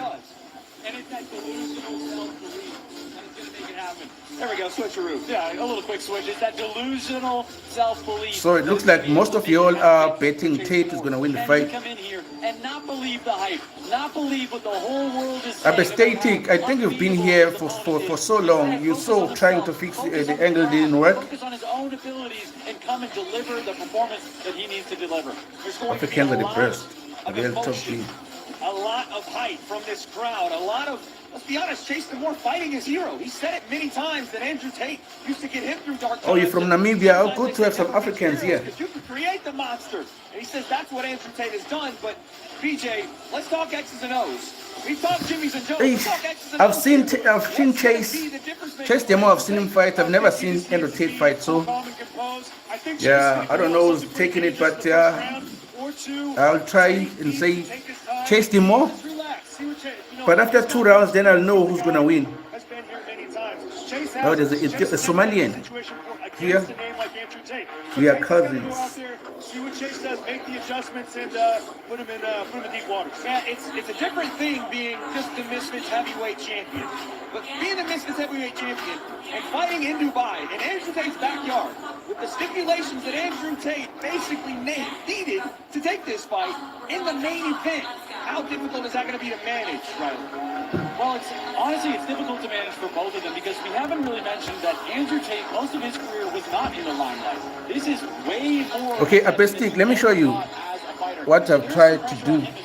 But for Chase Lamore, how do you manage that? How do you manage that pressure? Well, he's been doing it the whole time. Chase Lamore thrives under the pressure. He's the type of guy that sees the action, sees the bright lights, sees the cameras, and comes alive. All right, I'm going to do something normally I wouldn't do, and I know both of you are commentating, but give me a lean. Where are we leaning? How do we see the fight going? BJ, go. I mean, look, if it's an early stoppage, Chase has got a shot, but the further this fight goes, the more chance that Andrew Tate has to use his experience to put the young kid in deep waters, and I feel like he'll probably do that. Now, who said I must fix the angle? Now I'm ruining the stream for everybody else. I feel like whoever's more aggressive at the start of this fight has a big advantage, but that doesn't mean that's who's necessarily going to win the fight. All right, Riley, give me the show. What are you thinking?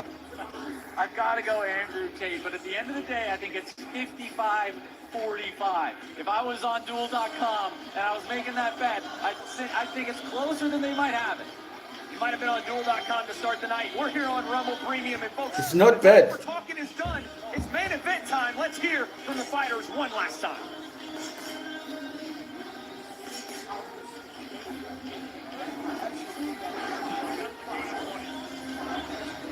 Better before better. Which one is it?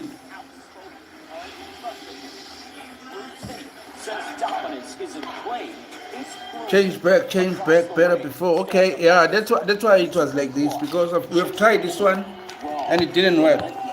Forged through time and conflict. When the door shuts, the internet disappears. No followers, no filters, no escape. One fight, one stage, one chance to create the future. Chase Demore, Andrew Tate.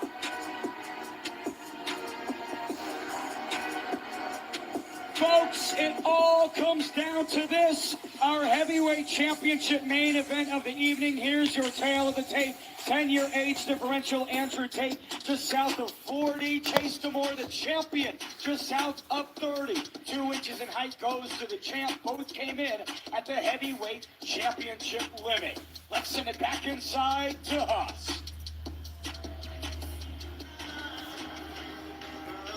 Ladies and gentlemen, live on Rumble Premium, this is our main event of the evening. Schedule 6 3-minute rounds for the Misfits Boxing Heavyweight World Championship.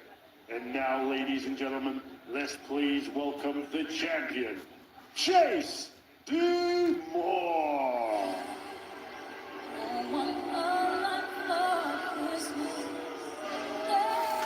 Okay, guys, there's so many people who want to join the stream, but I have viewers limit. So if you all can subscribe, more people can actually get to watch this, because I'm receiving a message here that viewer limits get more subscribers to get more viewers.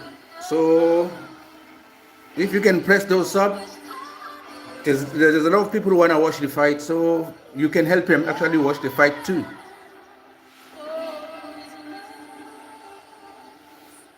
If you can sub, you can help others.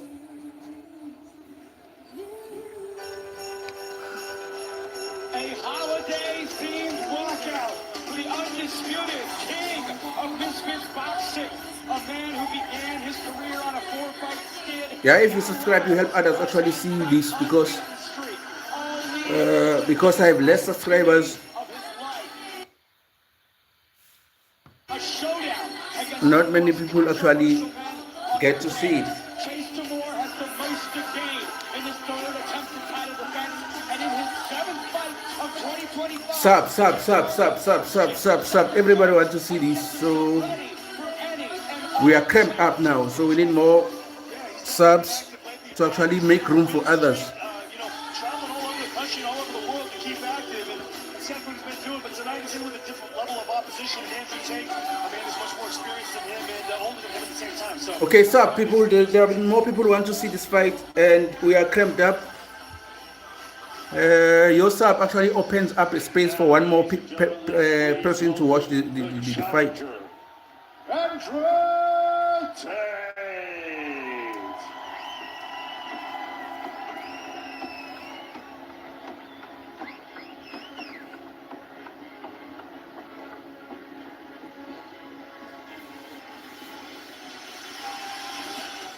Thanks to those who've subbed. We are on 240 subs, I think, and we can only have 240 viewers. So the more subs you all make, the more they come.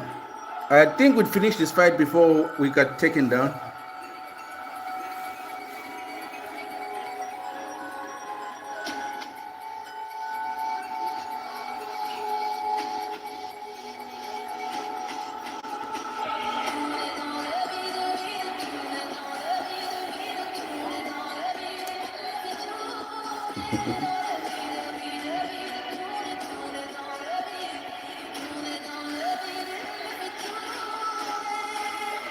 Okay, you need to sub to actually give another person a chance to watch the fight, because we are only 256 subscribers and we cannot go more than that because we only 256. So the more you sub is a chance for others to actually see.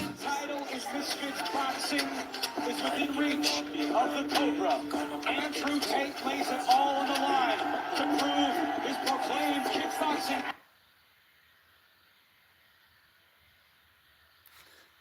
You better be kidding me.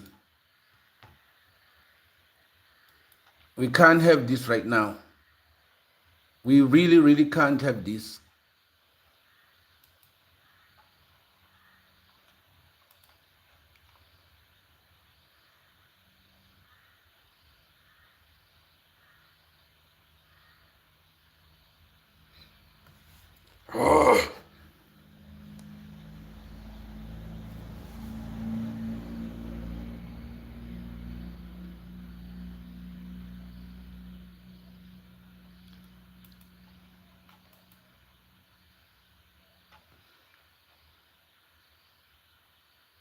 we really cannot accept this.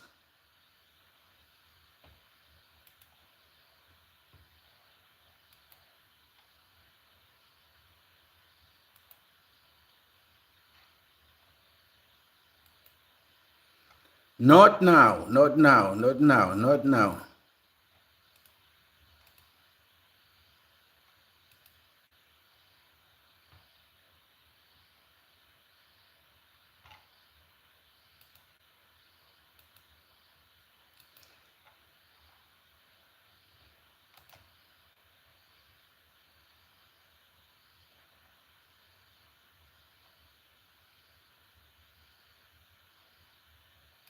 Not now.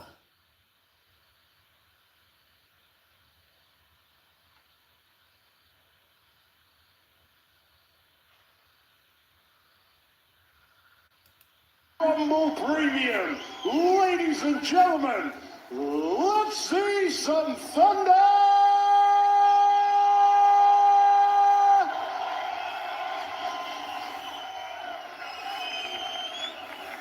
Introducing to you first, fighting out of the blue corner, he's wearing the black and pink. Official weight of 200 pounds, bang on. He has a record of 5 fights, 1 loss, 4 wins, and 2 of those wins coming by way of knockout. Hailing from Los Angeles, fighting out of Barcelona, the reigning, the defending, Misfits Boxing Heavyweight Champion of the World, Mr. Belt to Ass, introducing Chase the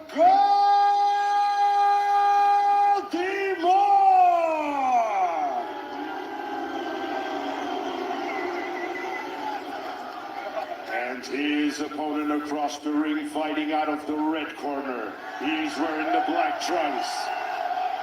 His official weight of 199.5 pounds. And tonight, he's making his Misfits boxing debut. Hailing from Luton, England's United Kingdom. Introducing Top G, Andrew King Cobra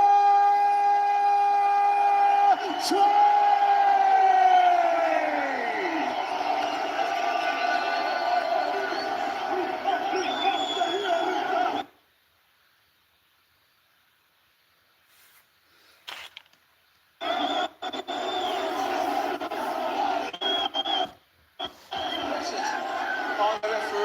I suppose you both need to punch us up. When I show fight clean, and remember, defend yourselves at all times. Touch them up. Ian John Lewis, third man inside for our main event of the evening. 6 3-minute rounds for the Misfits Boxing Heavyweight World Championship. The challenger, Andrew Tate, wants to take the throne from Chase to Moore. Nobody in this arena believes in the champion, but the only person's opinion that matters is his, as he dares to take out the Cobra. Heavyweight boxing, guys. One punch will change everything. Nice straight left jab by Tate right out of the gate. Lot of weight, stipulations around this one, Riley. That is a huge factor here. Andrew Tate starting off early, good combinations, good jab to the body. A lot of speed on display from Tate.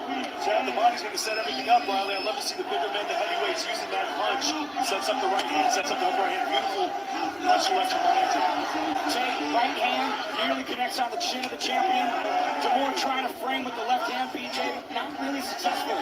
He's got to get that left hand going early, Ben, and not just use it as a paw.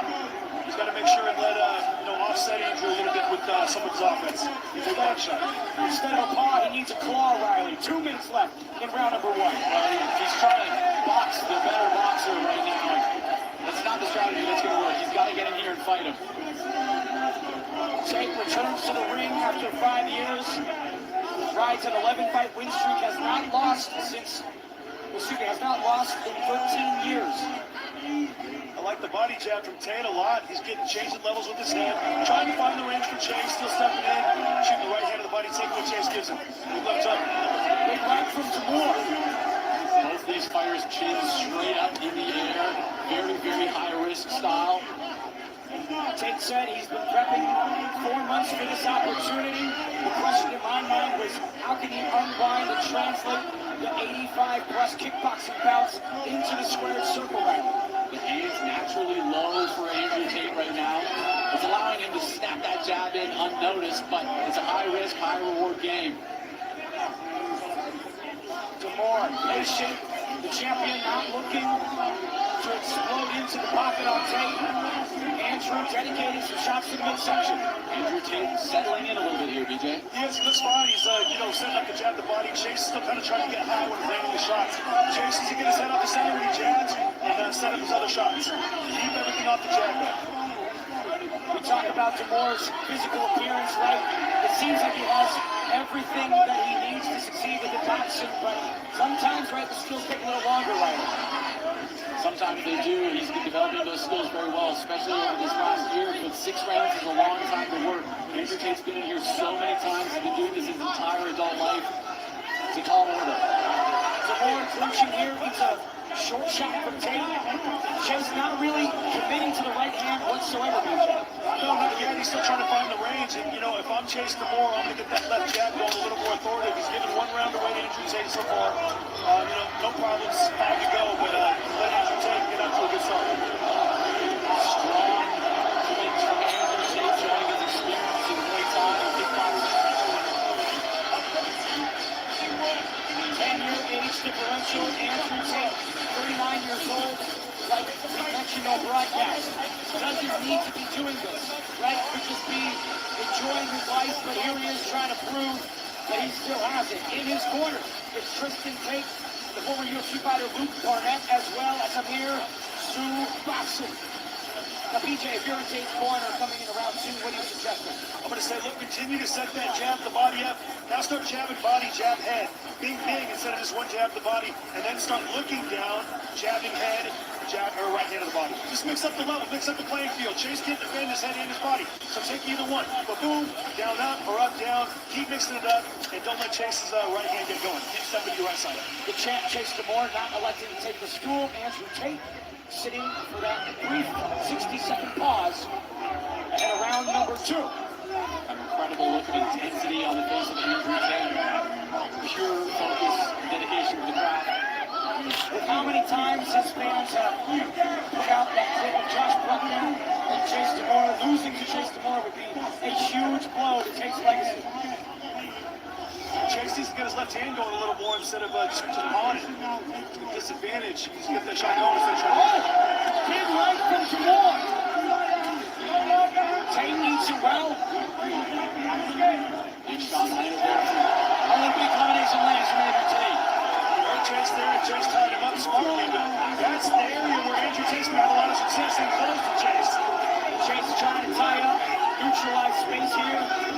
Andrew Tate has the champ on the ropes here. That's where the experience shows once Andrew Tate gets in close. For range, Chase will kind of keep him long, keep him away. Once he gets close, Chase is going to struggle. Chase is landing directly up, and now that Andrew's mixing up the levers, landing to the body and then going upstairs, it's starting to expose it. Bad habits from Demore, standing with both arms, not really responsible offensively or defensively, right?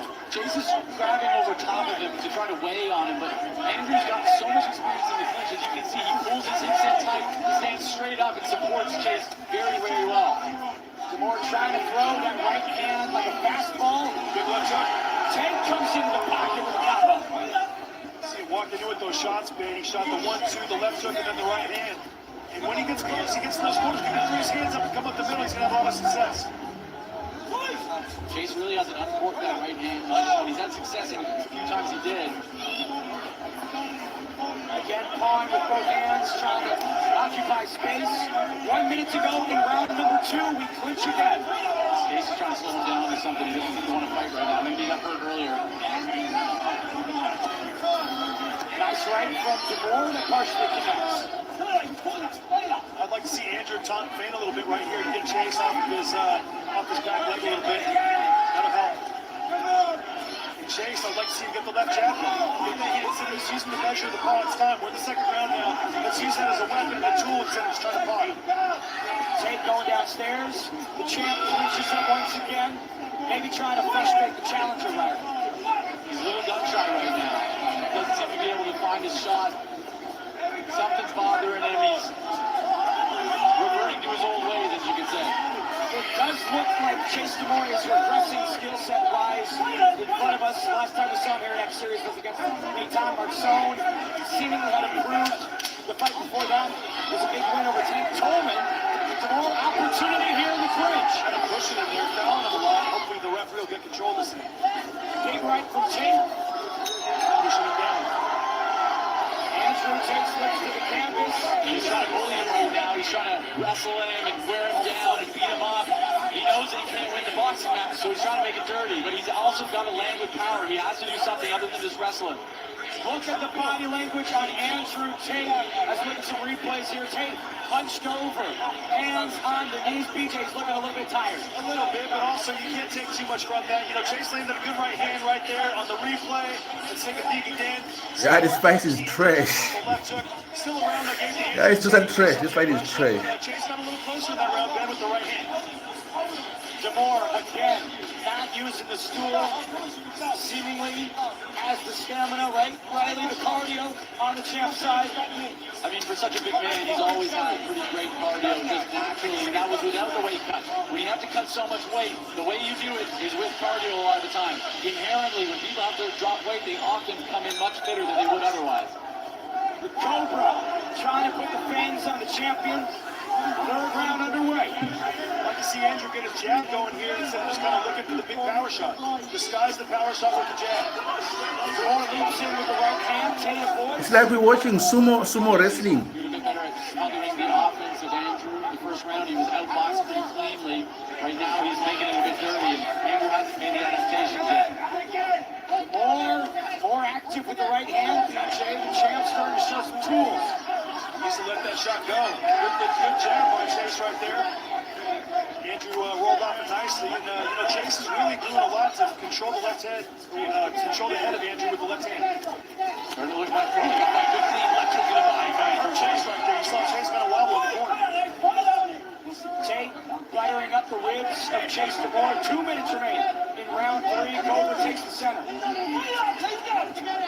Chase DeMore, former college football lineman, led the NCAA Division II and blocked kicks in 2018. Now he's trying to block the strikes from Andrew Tate. Oh! Big right from DeMore.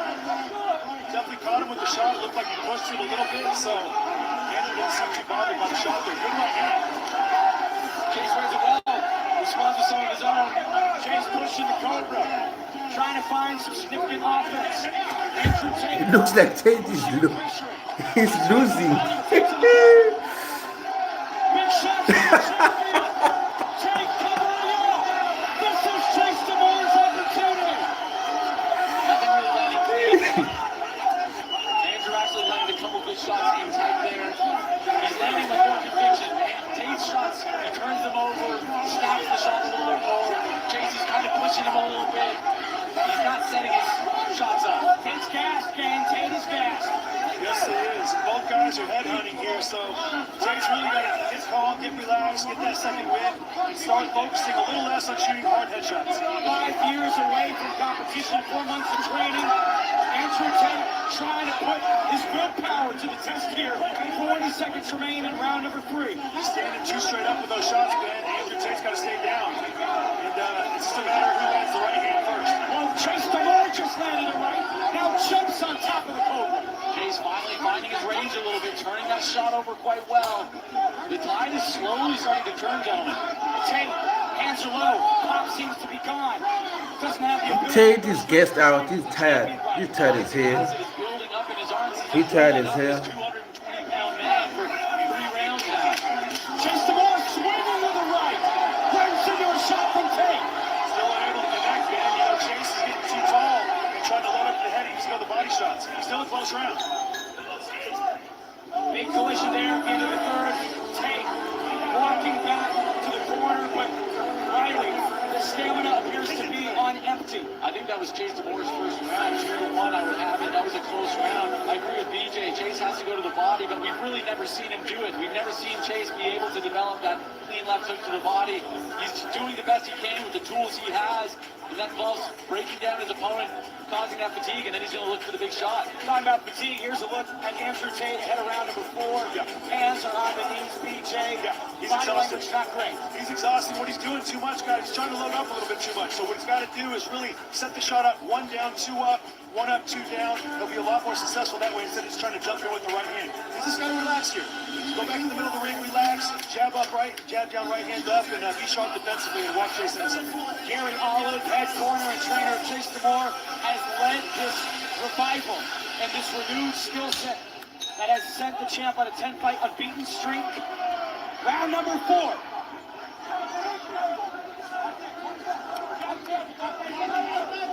Big shot from champ. Tate eats it. You see Chase standing, Top G standing straight up with some of those right hands. Got to be more defensive. Difficult to be defensive when you do not have anything left in the tank, Riley. Well, Tate relies so heavily on using counters, not using the guard, and now that he's built the fatigue, his reflexes have slowed, and he's not getting out of the way. He's standing there clean. Big shots landing for Chase DeMore. Everyone doubted the champion coming into this. He was written off time and time again. But now, he has the momentum against Andrew Tate. Big collision there from DeMore.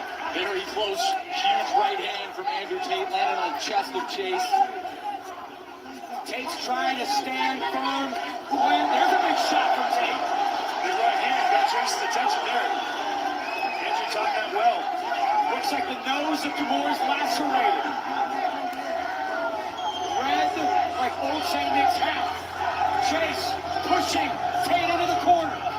He's just trying to bully him. Really no technique at all there, but so much size, so much athleticism. Chase's technique's completely falling apart here, man. I'd like to see him box a little more instead of just trying to wrestle and, set those shots up instead of just... To be fair, BJ, he did not have much technique coming into tonight. Yeah, true, but he had more than he's showing tonight. Do what you got to do to win the fight. Of course, I understand that, but it seems like his technique's is going out the window. Well, he was being outboxed in the first round. It seems like he's having a lot more success when really he's just trying to grind out his opponent here. Still a lot of time left. 2 more rounds after this one, and 10 remaining in the 4th. Yeah. More hugging than punching so far in the 4th frame. 1 minute left. Tate pushing back into the clinch. Each guy seems gassed. Right. Chase DeMore, biggest opportunity of his lifetime. Catapulting himself to superstardom with a highlight over the Cobra. And here Tate's got to watch out for the right hand. As the main shot, he's got to watch out for. You see Tate trying to wrestle, and Chase is really making it difficult for him, and they're pushing him off. Chase still like the fresher fighter. Yes. DeMore clinching up with the kickboxer. Tate wearing on him. 30 to go in round 4. Tate has not thrown a significant strike in quite some time.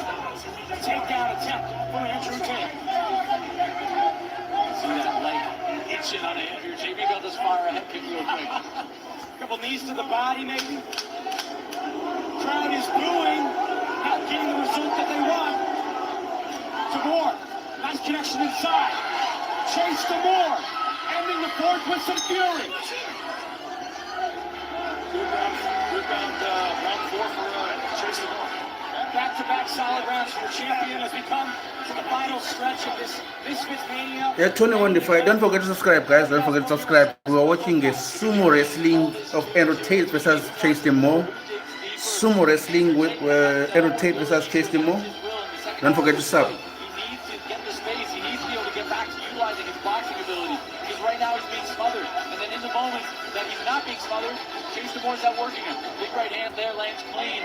But Chase eats it well. He's showing great durability. That was a big question. How was the weight cut going to affect his durability? So far, he's showed not much.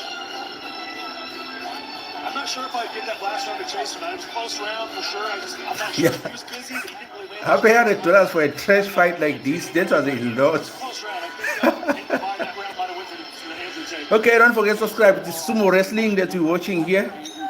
Round number 5. Of age, hasn't fought in 5 years, possibly showing that age. DeMore again clinching, peppering all the dimensions of Andrew Tate. Crowd continuing their disappointment. DeMore trying to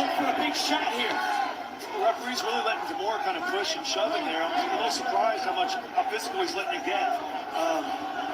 Big advantage for Chase. Good point. Yeah. We normally just let that happen.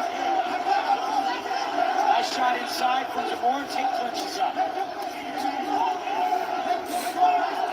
All the trash come from Chase Demore trying to get into the head of the Cobra.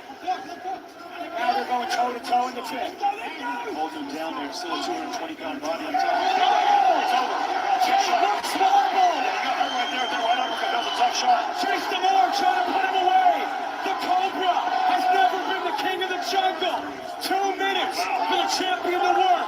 Huge hard shot. The uppercut landed. He swarms it, but he's not able to find the second shot that he needs against such an experienced fighter. Andrew Tate able to weather the storm. Tied him up nice there, Riley. Using smart veteran tactics. He's definitely hurt. Again, Chase goes to the uppercut. Tate avoids. Andrew Tate, good recoverability on display. But the champion clearly pressure, Riley. So much time to work, a minute and a half left in the fifth round. He lands again. Chase Demore unloading. 90 seconds to go in the fifth.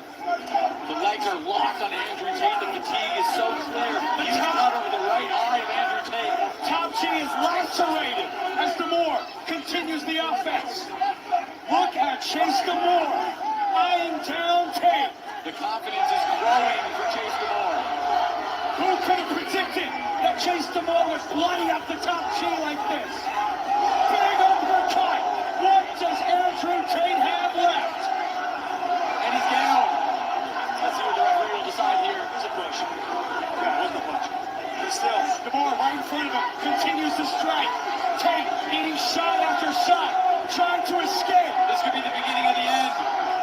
49 seconds. Demore has nothing but time. Pounding away. Andrew returning nothing. He needs to defend himself. If Chase Demore just got a bit of space, he'd be able to finish this. Tate trying to clinch for desperation, trying to stay alive. Demore stalking his prey, laying on him, putting all that weight on him. The fatigue of Andrew Tate is so clearly on display. He has no power left in his punches. He has nothing left. The blood flowing from the top G.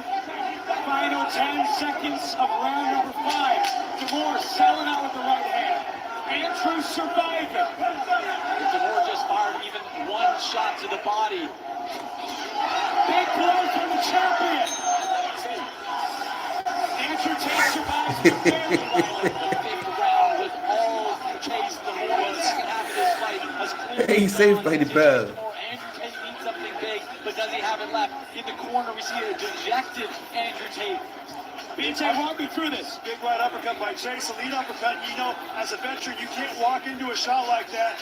Absolutely not. It's too easy to see. And, you know, Andrew Tate's simply fatigued, and he wasn't able to get out of the way of it. Too much weight. Beautiful shot by Chase. Around the Chase more, clearly dominated in round 5. I gave him rounds for sure, rounds 3 and 5. 1, 2, and 4 could be close. 3 minutes remain in our heavyweight championship main event. Chase Demore nearly had Andrew Tate out of there. The Cobra will have one more round to try and produce a comeback. But this is not at all what the world expected from Chase Demore. Andrew Tate rises from his corner, clearly fatigued. Does he have enough left for the final round? Demore again wearing on him immediately, trying to erase the break that Tate just had. The grinding determination of Chase Demore is suffocating. He has been all over him for round after round after round, and he is still here in his face. Nobody believed Demore but himself, and that's the only person's opinion who mattered. 2:30 on the clock. Demore jumps in again. If I'm Andrew Tate, I'm going to put my hands up and try to walk to him a little bit instead of just trying to fight him off the back leg. Put my hands up, walk to him, and push him around. And push him back instead of letting him bully me. It seems like he just doesn't have the strength left in his arms. The fatigue is built up. The block is gone from his punches, and he eats a clean uppercut, and another, and another. Tate might be done. Chase Demore clinching with the challenger. The Cobra just trying to survive here. It's in bad shape here, boys. Don't fall in. You got to talk, man. Take a step back. Put your hands up, walk forward instead of just coming in with your hands down like that. In a fight like this, it makes a big difference. 150 on the clock. Chase Damore overperforming. Andrew Tate struggling. There's a few shots from the Cobra. Put your hands up and walk forward. Let Chase shoot his one shot, or vice versa. You know, let Andrew Tate walk in, shoot that one shot, and Chase got to put his hands up and counter twice. Big thing. Damore looking for the uppercut again. Goes for the right. Tate somehow still here. Another shot from Damore. And Tate had his hands up. A lot of those Bro shots is gassed like hell. slow down a little bit, so it's time to, let your hands be a little more defensive. We talked about the translation from kickboxing to boxing Riley and the bad habits of Tate presenting himself. But we've also talked about an 80-fight career, a 39-year-old man. Does he have the ability to reinvent himself so late in his career? And the answer is clearly no. If he's never fought with the high guard, if he's always fought this way, in the last moment of this round, he's not going to somehow summon those skills. Meanwhile, Chase Damore, for the last several years, has only been dedicated to boxing. And yes, he is quite flawed, but clearly way better here in this ring. You see Tate looking for the one shot of Chase Damore and kind of sliding off to the side, looking around the counter. I thought Chase would have a little more control around 6 here based on how the fatigue of Andrew Tate in the last round, but he hasn't really been able to pull away in this round. Final 30 seconds of our main event. Andrew Tate trying to produce a miracle. Wrestling around there. Sumo wrestling. Final 20. Can Damore find another uppercut? Can Tate? And he does. Huge uppercut lands clean, but Andrew Tate somehow wears it. Tate's got an iron chin and can give him back. Final 10 seconds. Chase Damore bringing it to the top G. Incredible grit and determination from both of these fighters. What a performance from Chase Damore. Nobody thought that he would survive a round with Andrew Tate, let alone take him to deep water. What a fantastic performance. The first 2 rounds, it was all Andrew Tate. But Chase Damore found where he could have success, took the fight where he needed it to be, and kept it there for the last 4 rounds, making this an incredibly close fight. A tough decision to call. We'll go to the judges and see Who do y'all think won? Who do y'all think won? Pushing. Chase as far as making the fight close, but I feel like, technique-wise, he's got a lot. That shit was trash. Yo. Chase Damore, despite the fighting space, has never been a strong suit. It went down in some way, shape, or form because he was wearing on Tate. Hey, that shit was trash. Delivering some venom of his own. What an unprecedented performance from Chase Yo. Damore. If you didn't know, now you know. But again, close fight, right? Tate control early frames, Damore took over big in the late frames. Tate for sure won the first 2 rounds. Yo, that shit was trash. Hey. Look, Chase was very game. I think they need to train, both of them. They need to train and be fitter. I think their match was an embarrassment compared to the other fights that were before this one. Having this as a main fight, I think.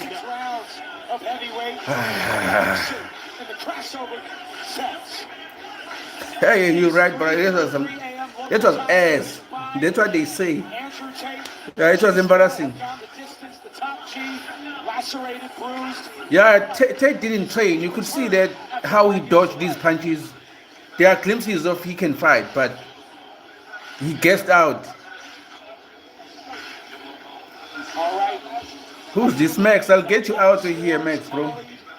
The official decision cooked up. So let's find out who wins this main event. It's us. Yeah, it's worth it. I saw him get cooked. It's worth it. And all of us, 300 of us saw him got cooked. So it's worth it. After 6 rounds of boxing, we go to the judges' scorecards. Judge George Milkey scores the bout 57 even. How? Judge Baescalan Sandike scores the bout 58-56. Judge Gary Kitanowski scores the bout 58-56. And your winner by majority decision,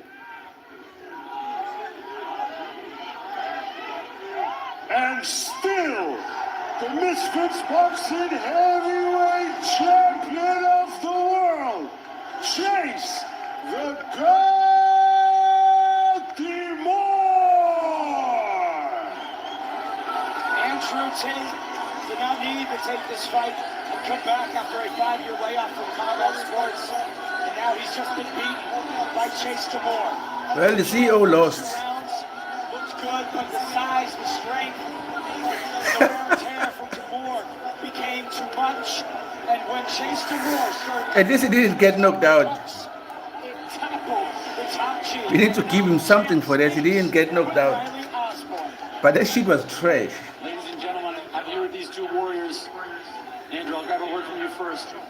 That was a fantastic fight. You dug deep. You had to put it all out there. You didn't give up. Talk to us about what it feels like to be back here. Yeah, I'm 10 years out, 40 years old. Gave it my all, but he's tough. I don't know what to say. He's really tough. Congratulations to him. Do you think we'll be able to see you in here again? Yeah, I'm going to have to go back, watch the fight, make a decision, but Chase deserves this win. I'm really happy for him, genuinely. Do you have a message to all the fans back home that are watching you? It's better to try and lose than not try at all. Thank you very much, Andrew. Chase. Champ. You showed a lot of grit and determination. You took the fight where you needed to take it. You made it happen, and you got the win. Talk to us about it. Man, everybody out there who doubted me, all the haters, all the fans, everybody, I love you guys all the same, and I'm just here to do my best and to just keep showing people that no matter what, if you show up, anything is possible. And I just fought the toughest man, Mr. Chop G, Cobra CEO himself, that came out with a victory, and that means everything in the world to me. Merry Christmas to everybody. Thank you all coming out, and I'll see you guys very, very soon. Chase, people that have seen your whole career have seen you improve, get better, take tougher and tougher opponents. Talk to us a little about how it feels to be able to deliver such a great performance. None of this would be possible without JJ. Obviously, KSI, he sent me a very encouraging message last night. I'm going to play it all for you guys later, but that man got me through everything. Obviously, this man right here, Mams Taylor, never giving up on me right here. Everybody give it up for Mams Taylor. This man never quit on me no matter what, and he could have walked away so many times. I just love this man so much for changing my life. Congratulations, champ. Okay, thanks everybody. Good night. Good night. Thank you everyone for actually tuning in to this trash fight with us, because it was trash. I appreciate you all though. Ladies and gentlemen, your champion, Chase Demore. Chase Demore calling out Tommy Fury. He was originally... We watched sumo wrestling. Fury at one point, now disregards Roman. Wants the big cheese, Tommy, who might be running a 5K somewhere. Let's take a look at some of the highlights from this main event. Big moves from Chase Demore, completely unexpected from him. Tate likely didn't think that he had it in him. Demore wearing, using the size, training the Cobra, taking the Venom and throwing it out of the ring. Good inside work. Yeah, because there was 300 of us who watched that, bro, who witnessed that. So yeah, I'm glad. It wasn't a waste. This winner was to engage and force his game plan, create success for himself. Hey, the fight was absolute trash. So 2025 trash. This is the fight. Thank you, Steve Gruen. Thanks everybody. Most of, 4 rounds to 2. I want to send money. Oh, I have less subscribers, bro. You can. I don't know how we wanna do that, but I think that $100 was worth it. There was 300 of us who actually saw that fight. I think it was worth it. So yeah, thank you everyone. Thanks everyone who subscribed. We only grow from here. Yeah, thank you. Yeah, and also the Ben fight was good. There's this guy Ben from Ireland. That was a good fight. Yeah. I really enjoyed it. I understand 1,000 USD, bro. How do you propose to do that, William? Who could have predicted this? Who could have known outside of Chase Demore? Sipo at first. Sipo, not Sophie. Sipo. What a night of fights, ladies and gentlemen. At Fares. Thank you, everyone. Shinav, William, do you have PayPal? Yes, I do. I want to know, what did you make of that entire my PayPal, let me write it here. Not necessarily the most pretty thing we've ever seen in the ring but it was a scrap, and Chase did what he had to do. One thing Chase was able to imply was, what he was able to really put in and implement was his size. He used his physical size to push the top tier around the ring and get him tired. I think Chase Lamore lost the first 2 rounds. I thought Andrew Tate was in clear control, and then something happened in round 3 where Chase flipped the script and started pushing the top tier around, wearing him down, and stealing those last 4 rounds on the 2 judges' scorecards. So he did enough. It wasn't pretty, but he pushed him around, maybe some small shots. Joining us now, Vin DeVane Davis, play-by-play commentator and the founder of Misfits. Mams, talk to me about this night. Dubai, the City of Gold. We had a great card. Gold was passed around all night. What are your thoughts? Yeah, that's my PayPal. That mic from Riley there. Let's get Right this there. through. There you go. How's that? That was better. There you go. All right, yeah. A lot of gold exchanged, an upset, and probably the best fight I've ever seen on Misfits with Tony Ferguson. Yeah, that's the PayPal. cpomith@gmail.com. I mean, we have an amazing matchmaker. I'm in Dubai now. That's cool. Who asked William? He volunteered. Nobody asked. He volunteered. So he volunteered. Okay, cool. Thank you, everyone. I enjoy your time with you all. Thanks. Again and again and again. No, I haven't checked it, bro. I'll check it later. Changed his game plan and it started I checked working. it later. Andrew with some big shots. He took some big shots. He said, What time is it now? So Andrew can punch. But listen, he stepped Okay, up to the plate. And it's 20 to 2. It's 20 to 3 in the morning, so we all need to sleep. But if you all want to watch commentaries, then I can go on a little bit more. But thank you for being here. I really appreciate it. The subs, the likes, the comments, the fun that we've had. Ahmed, thank you. The fun that we've had together. I think it was unprecedented. So yeah, it was good. It was good. Before going, Ahmed, so highly. Ahmed. I'm done boxing. He took it to a fight. He made it gritty. He made it determined. It's something we talk about. Ahmed, how do I check it? Because if I check it, I would need to actually end everything that we are doing here. But I like this message there at the end. It's better Set $99. Check. Oh, thanks everyone. Thanks. I'll check. I think I'll make a video of appreciation later on regarding that.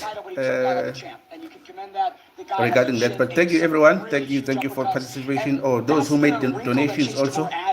Thank you very much for the subs, the comments, the likes.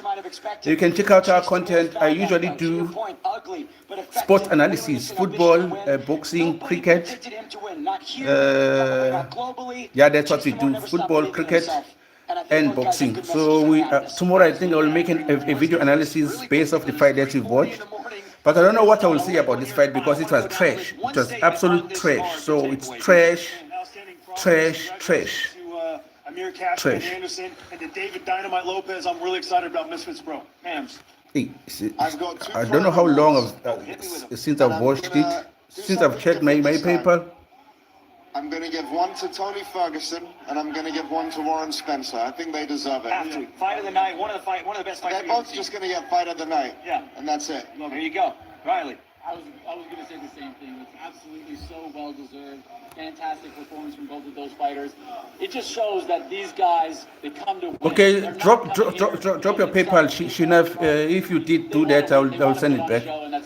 Yeah, but the balance is not the same. Thank you very much for the donations, guys. I appreciate it. God bless you. We will see you next time. Have a good night's sleep. God bless you. I have to go.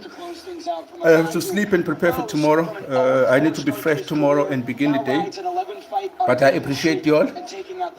Bless you. Absolutely, folks. It was an incredible night. One we will never forget. For myself, Wade Blimmons, BJ, Mams, Riley, and Ben. Thank you for joining us here in Dubai and live on Rumble Premium. Next year, Misfits goes to the next.